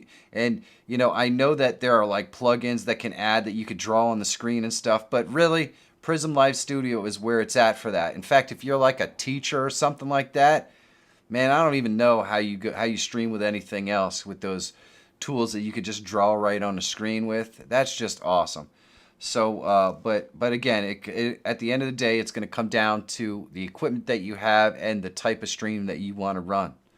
So there you go. Hopefully that helps you out. So an i7, 64 gigs, 330/60 Elgato, cheap camera. Yeah, see, there's nothing in there that says you won't be able to run mostly Switch and PS4 games, which means you're just doing a screen capture. So there is absolutely no reason, Bearded Villain, why you couldn't run that stream with that equipment on any of the platforms. Prism, Polypop, or OBS. Any one of those three will run, what you're trying to do right there. Especially if you're using a capture card for your Switch and PS4 games, which I'm assuming that you are. So there you go. Can you use Stream Deck with Melon? Star Wars Only is asked about 900 times. There might be a plugin for Stream Deck. You'd have to go into Stream Deck and into the Stream Deck software and search for plugins and see. Some of the browser-based ones do have plugins for it, and if any of them do, I would guess Melon probably does, but I don't know for sure. So there you go. All right, babe, what you got besides Kitty? Okay, we have a question from Sandy. Hi, Sandy. Hi, Sandy. How you doing? When would you suggest I upgrade to OBS 28? Oh man, this is a loaded question. I would suggest that you update to OBS 28 when you find something in OBS 28 that works better or is necessary for your stream. Otherwise, I'm not gonna. I use OBS to make my living, both with recording and with live streaming. I'm not going to leave it to chance because OBS wants me to be the beta tester for their software. So right now, some of the things that I can't do with OBS 28 are NDI. StreamFX is still in alpha. I'm not trusting my live stream to an alpha version of StreamFX because even when it's not in alpha, it's sometimes a little shaky. The OBS RTSP server, which is what a lot of people use to multi-stream, which I suggest that you don't do. But if you do it, it's not available yet. Instant replay, not available yet. So these are all plugins that are not available. So when would I recommend that you actually go to OBS 28? Well, first of all, I definitely want to see all of these plugins having been out and functional and tested for more than a couple of months. So when StreamFX gets out of alpha into beta and then into the release candidate, I would probably wait 4 or 5 months after it's in release candidate before I even consider going to OBS 28, which I know a lot of people think is crazy. Oh my gosh, it's the best thing. It's the newest thing. It's this, it's that. I have a video coming out all about this, guys, that's going to explain exactly where I stand on that. But I don't want to be the crash test dummy. I use these machines in my production to make my living every day. So if I don't need to upgrade, I don't. Because if it's not broke, it's not. There's no point in trying to fix it. So that's kind of my philosophy. I'll put it off as long as possible. Probably. Let's get another question. Okay, this next question comes from Mega Squad Trevor. Hello, Mega Squad Trevor. He says, first off, I just want to say that I love the videos and streams. They're amazing, and both you and Monica are great people. Well, thank you very much. He's Anyway, so misinformed, isn't he? I'm starting a job soon for school. I'm starting a job soon for school. And what is a good capture card and mic for gaming and streaming?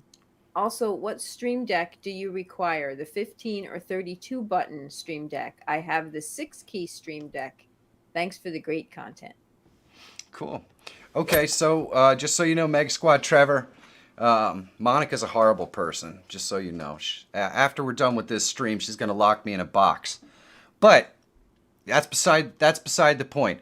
I use the 15 button. I use the 15 button Stream Deck. I find that it's more than enough buttons for me to be able to do what I want. It's obviously going to depend on what you're trying to do on your stream. I've seen streams with two of the larger ones, the 28 button or the 30 button or whatever they are, and they have it all totally fulled up. So I find it not that annoying to switch from one screen to another. So the 15 button works fine for me. As far as microphones go, I think you should splurge money on a microphone before you splurge money on a camera. People listen to these things a lot more than they actually watch them. So I could, I could do all kinds of goofy, crazy things on here, and chances are a lot of people would totally miss it because they're really just listening. So having a high quality audio is more important. Needless to say, within a budget, probably the best microphone that I think you can get for the money is the AT2020. It comes in an XLR version, which you can just use the 3.5 jack for with an adapter, or it comes in a USB version, and that works really well as well. It's probably the best sounding microphone like that for that kind of money. And the thing I like about it most is you can have it pretty far away from you and it still sounds pretty good. Like, you don't have to have it right up in your face for it to work. And then what was the other the beginning of that question, honey? Oh, did he ask about cameras or something? Oh, capture card. Okay, so we went through microphone. We went through the Stream Deck. As far as capture cards, probably if you're going to be capturing like video games, you're going to want the Elgato HD60. It has all of the encoding stuff in there to be able to encode those particular things. If you're just looking for a capture card that's going to capture cameras and stuff, then a simple Cam Link will be just fine. I think you can get a Cam Link these days for like $50. But if you're gonna be bringing games in, like console games and stuff, then I kind of think you should go with the HD60. It's just the most reliable one out there.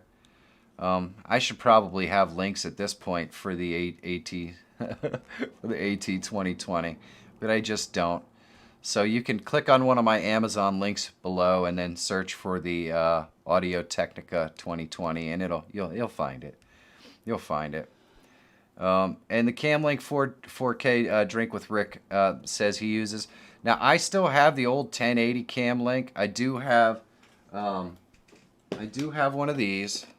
No, not that. I do have one of these, but it's not actually even in the PC that I use to stream with, because I did a whole bunch of testing in my old PC. So I do have this, but I still stream in 1080. So I use the old 1080 Camlink, and as you can see, I still look ugly, and you can tell exactly what I look like. It's pretty clear. So you don't need to go crazy. You don't need to go crazy. Let's get another question. Hopefully that answers your question, my friend. Yes, we are close to 200 thumbs up. Look at that. Yeah. Amazing. Let's get another one, babe. All right. Bowling with the Fef has a question. I tried using OBS virtual camera on a StreamYard live stream with a Canon T7i and JVC camcorder, Camlink 4K in separate scenes. Canon worked fine, but JVC was jumpy and jittery. Any video settings I should be looking at or configuring differently? I use a MacBook Pro from 2020.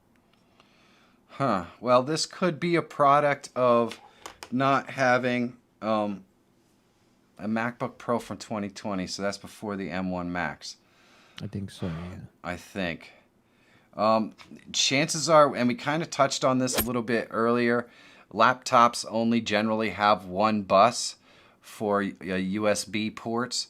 So if you're putting two cameras on one bus, one camera is going to suffer from not having sufficient bandwidth in order to deliver the full signal. So chances are your first camera that you referred to that looks perfect is basically hogging up most of the bandwidth for that USB. The only thing that you could really try to do is move the other camera to the other side of the laptop and see if that is a second USB bus over on that side. In fact, I believe my old MacBook Pro, it's like a 2013 or something, have two USB buses. So if I plug them into separate sides of the laptop, I can get full bandwidth out of both of them. So that would be my suggestion as to where you go with that. But hopefully that solves your problem. I'm not totally sure it will. It's kind of tough when you're using a laptop, unfortunately, because there is only a limited amount of bandwidth. Let's get another question. Okay. Dark Striker has a question. Well, hello, Dark Striker. Is there a way I can implement the audio ducking effect in my headphones? Oh. We've got Midnight 1869 says, first, thank you for what you do. I've learned a lot in making videos for YouTube. Do you have any free video editors that you can recommend? Midnight 1869. I do a lot of videos on it, and I'm actually putting together a video editing tutorial. I just put it together this week because I had a lot of people asking about it. How to edit up your live streams and that sort of stuff. And that would be DaVinci Resolve. It's totally free, and it's amazing. It's hard to believe that they can just give that software away.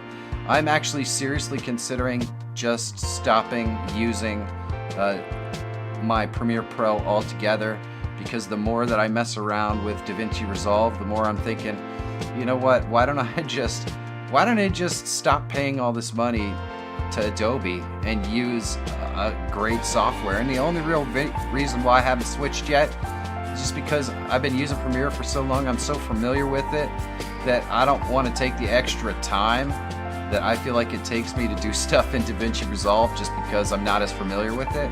But you know, I'm gonna have to suck it up, because I think it's time for me to switch to DaVinci Resolve as well. It's an awesome product, and it's totally free. Needless to say, there is a premium version of DaVinci Resolve if you wanted to pick it up. But if I personally was getting it, I'd be using the free version, because I haven't found anything that's not in the free version that I would need. So I'm guessing if you're just learning the editing game, you'll be perfectly fine with the free version as well.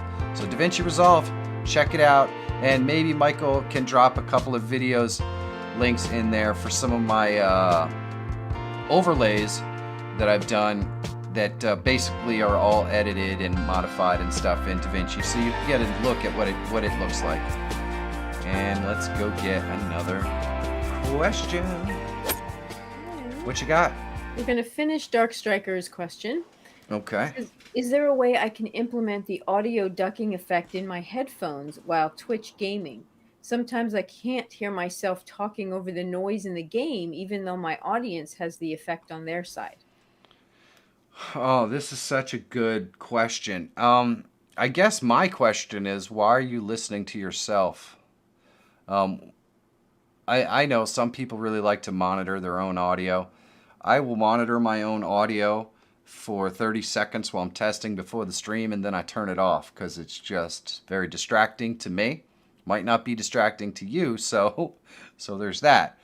But the best way around it is just to make sure that it's physically working, your audio is working properly, and then unless your stream says they're having a problem with the audio, I would just not monitor it. I would just output it.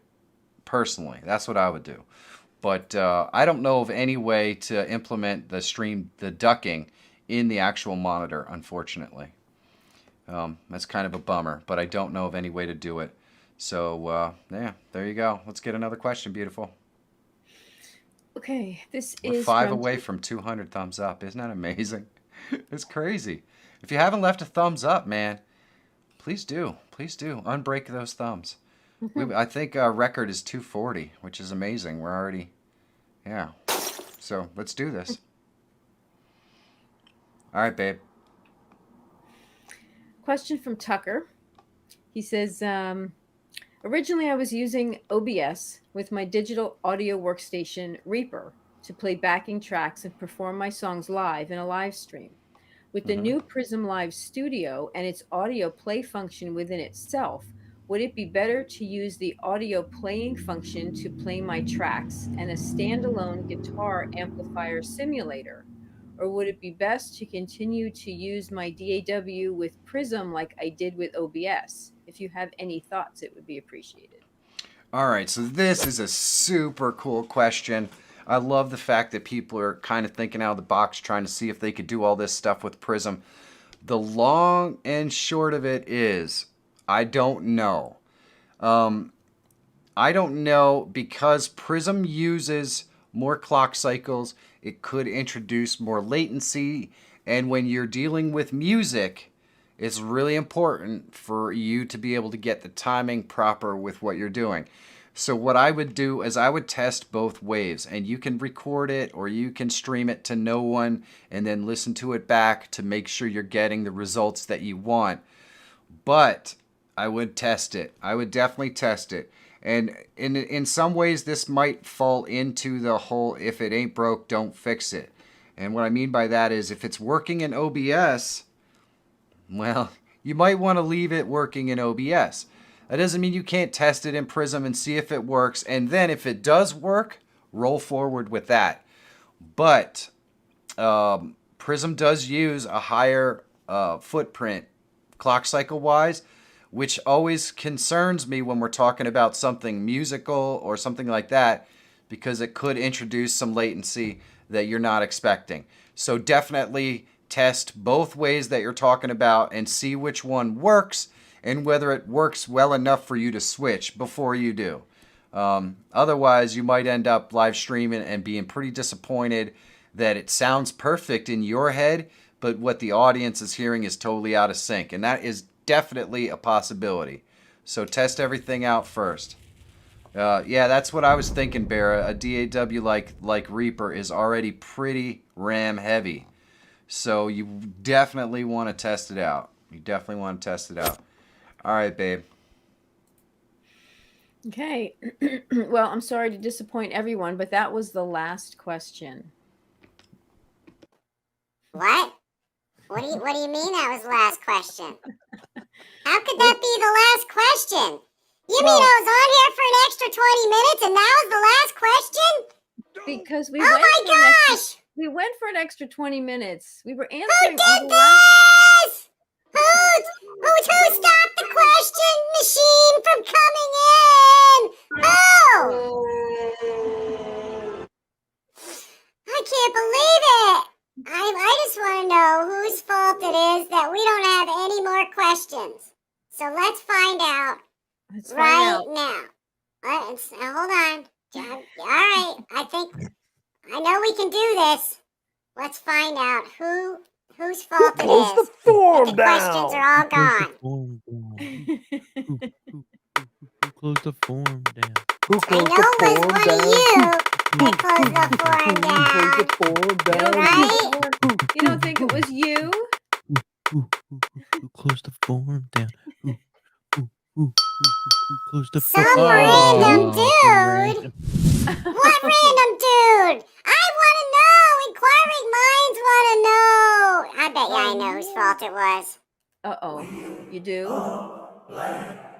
Probably. BMW. I guarantee you that this is what Monica thinks did it. Monica thinks this did it. Oh, man. You know what? There could be people out there who have no idea what that's all about. I will tell you about it in a second. But first, I'm just upset that we are no longer asking any questions. And I see that John Deere Simulation asks, did we get his question? So I would have to ask the people who modify or whatever the question. But if we did get your question, John Deere, then we definitely answered it, If it assuming wasn't that a it came into duplicate, the form and it we got wasn't a lots of duplicate duplicates tonight. of someone else's question. Because if we get duplicate questions, then obviously there's no real reason to ask the same question multiple times. Till the baby voice. You know? Yeah, that's what I'm thinking. And you're like, who's this stupid baby on this stream? I came to watch grown-ass people and stuff. Well, you know what? First of all, Babies are Slayer. people, And too. secondly, look at this. I'm a grown-ass baby. I got hair on my arms, okay? You see that? I look like Sasquatch, all right? So, yeah, just lay off the baby stuff, okay? I never thought I'd say that in my whole life. I'm a grown-ass baby. Yeah, see? We went from 110 to 89. Monica's gonna have to change my diapers, okay? So it's time to... Oh, man. Yeah, we did go from 100 viewers to like 80. Apparently they don't like grown-ass babies. I think you just freaked him out with the hairy arms. That's probably. I what think it is. so. They're like, "Oh my God, that's Bigfoot!" You know what I Bigfoot. need? I need Bigfoot Shaver to come hook me up, man. There's way more truth in that statement than you probably want to admit to. Well, thank you, Logician. Oh, that's why it's so funny. This was such an awesome stream, man. You know what? It could also Oh be the my Ernesto goodness. Stream Deck too. So Yes. you Yes. never know. Well, it is time for us to let go. So, what do you got to say for yourself, honey? I think so. For myself, not much. But for those out there, I do appreciate you guys coming. We really enjoy having you here. We have a good time. We really like when you come back and ask questions and keep Michael entertained and try to stump him, which some of you asked some really good questions today for him. Oh, it was awesome. So, yeah. So we hope to see you back next week. We'll be back here next week, 7 p.m. Eastern Standard Time, the only legitimate time zone. So You come know on it. back, bring your questions. We hope to see you. We'll have more popcorn for everyone. Popcorn for everyone. So have a good night, good morning, good afternoon. Have a nice weekend when it comes, and we'll see you guys next week. You know it. And we're going away here in a second. Oh, there we go. Uh-oh. It didn't, there we go. Yes. Legendary MG says, you are amazing. I'm pretty sure he's talking to you, Monica. Yeah. But you get the dancing, the helmet guy. You know what? I do it better than all those gladiators ever did. They could not wear their headphones, you know what I'm saying? Look at this. Look at this. Yeah. Plus, I got my own theme music, you know what I mean?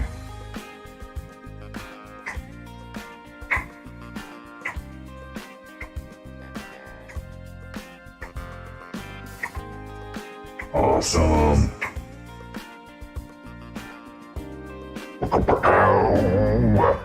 Thank you so much. Oh man, you guys are friggin' amazing. Thank you, Legendary MG. All right. I got some extra thank yous tonight. Okay? Because I think that Michael did a great job helping to produce the show. It is my understanding that Bearded Villain did serious yeoman's work helping folks out in the stream tonight. And I really, really do appreciate it, especially since I don't have time to watch the chat all that much. And when anyone comes in and helps out the folks, it makes a big difference.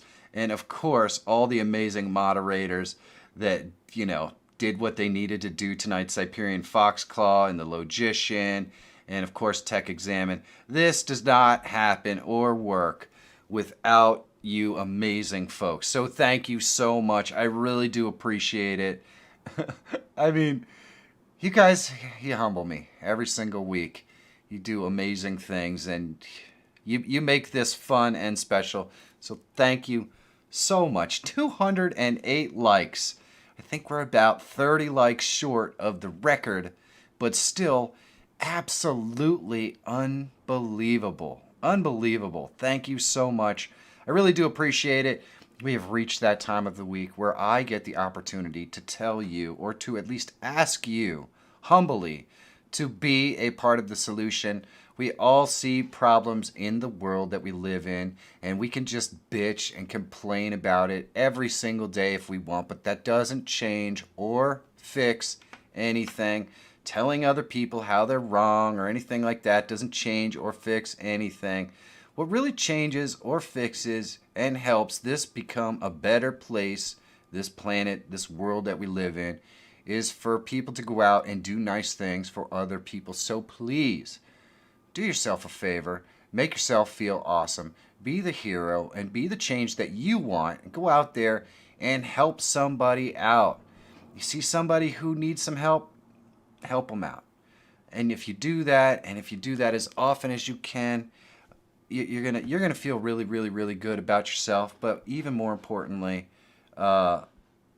people notice, you'll notice, and you're making the world a better place instead of talking about it. So that's all I gotta say. I love you guys. Thank you so much. It's ridiculously amazing that I get to do this every single week with you guys. I will see you next Wednesday night. If I can actually I'll see you next Wednesday night. Same bad time, same bad channel. I love you guys. Thank you. Today's video is sponsored by Envato Placeit. Placeit is a marketplace for all kinds of assets that can help you with your YouTube channel. Things like art and live streaming and video assets. You can create amazing face cams and live streaming overlays really easily. There are hundreds of templates, and each face cam and overlay can be modified with different designs, colors, text, and text fonts. The process is super easy, and you can even incorporate Mr. Foxclaw. Let's see if Mr. Foxclaw has a message for us. Every time I think I'm out, they just pull me back in.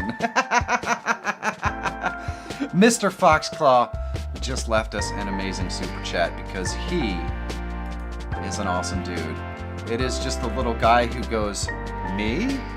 Wasn't me." Oh no. And then Sandy. They just want to see me dance. That's what it's all about. I know they didn't come here to see me blink. I haven't actually gotten that comment in a really, really long time. So, thank you, Sandy. I appreciate it. Sandy says, "Let's go." By the way, to tell you guys the blinking story, I used to get all the time these people who would say, I have a real problem watching your video content because you never blink in video. So I used to have this thing going where I told everyone that that I would fire my editor if he ever showed me blinking on camera, and I think a lot of people actually believed it. So I used to have this thing on stream where I would just blink for 10 minutes because people wanted to see it. Stop dancing and start blinking. Well, Bear, I'm going to do that just for you, and I'm going to put on just the right face for it, okay? Here we go. You guys ready?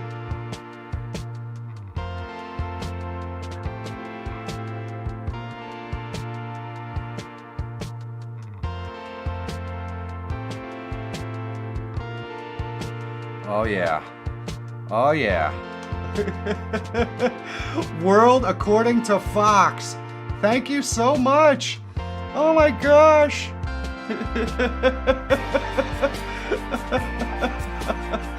Oh, Bear.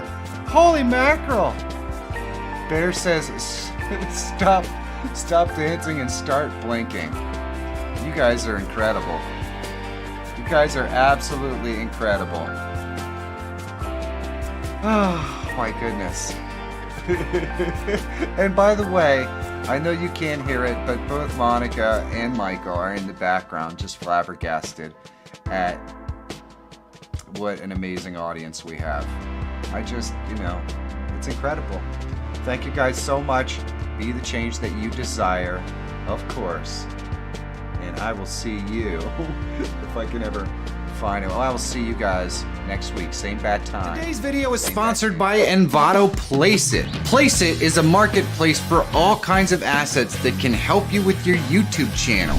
Things like art and live streaming and video assets. You can create amazing face cams and live streaming overlays really easily. There are hundreds of templates, and each face cam and overlay can be modified with different designs, colors, text, and text fonts. The process is super easy, and you can even incorporate your own logo, or if you're like me, your own Placeit design logo, and you can put it right in your design. This gives you an infinite number of overlays and face cam possibilities for your live streams. And they're so easy to create, you can use a different one every time you live stream if you wanted to. So please, click the link in the description and check out Envato Placeit for yourself. Big thanks to all the sponsors that support this channel. You can find their links in the description below under the heading sponsors. I couldn't possibly keep doing this without them or you, so thanks. And if you're always looking for tools, tips, and tricks to help make you a better live streamer or YouTuber, subscribe to the channel. My name is Michael Fire Jr. Thank you so much for watching. Have a great day, and I'll see you in the next one.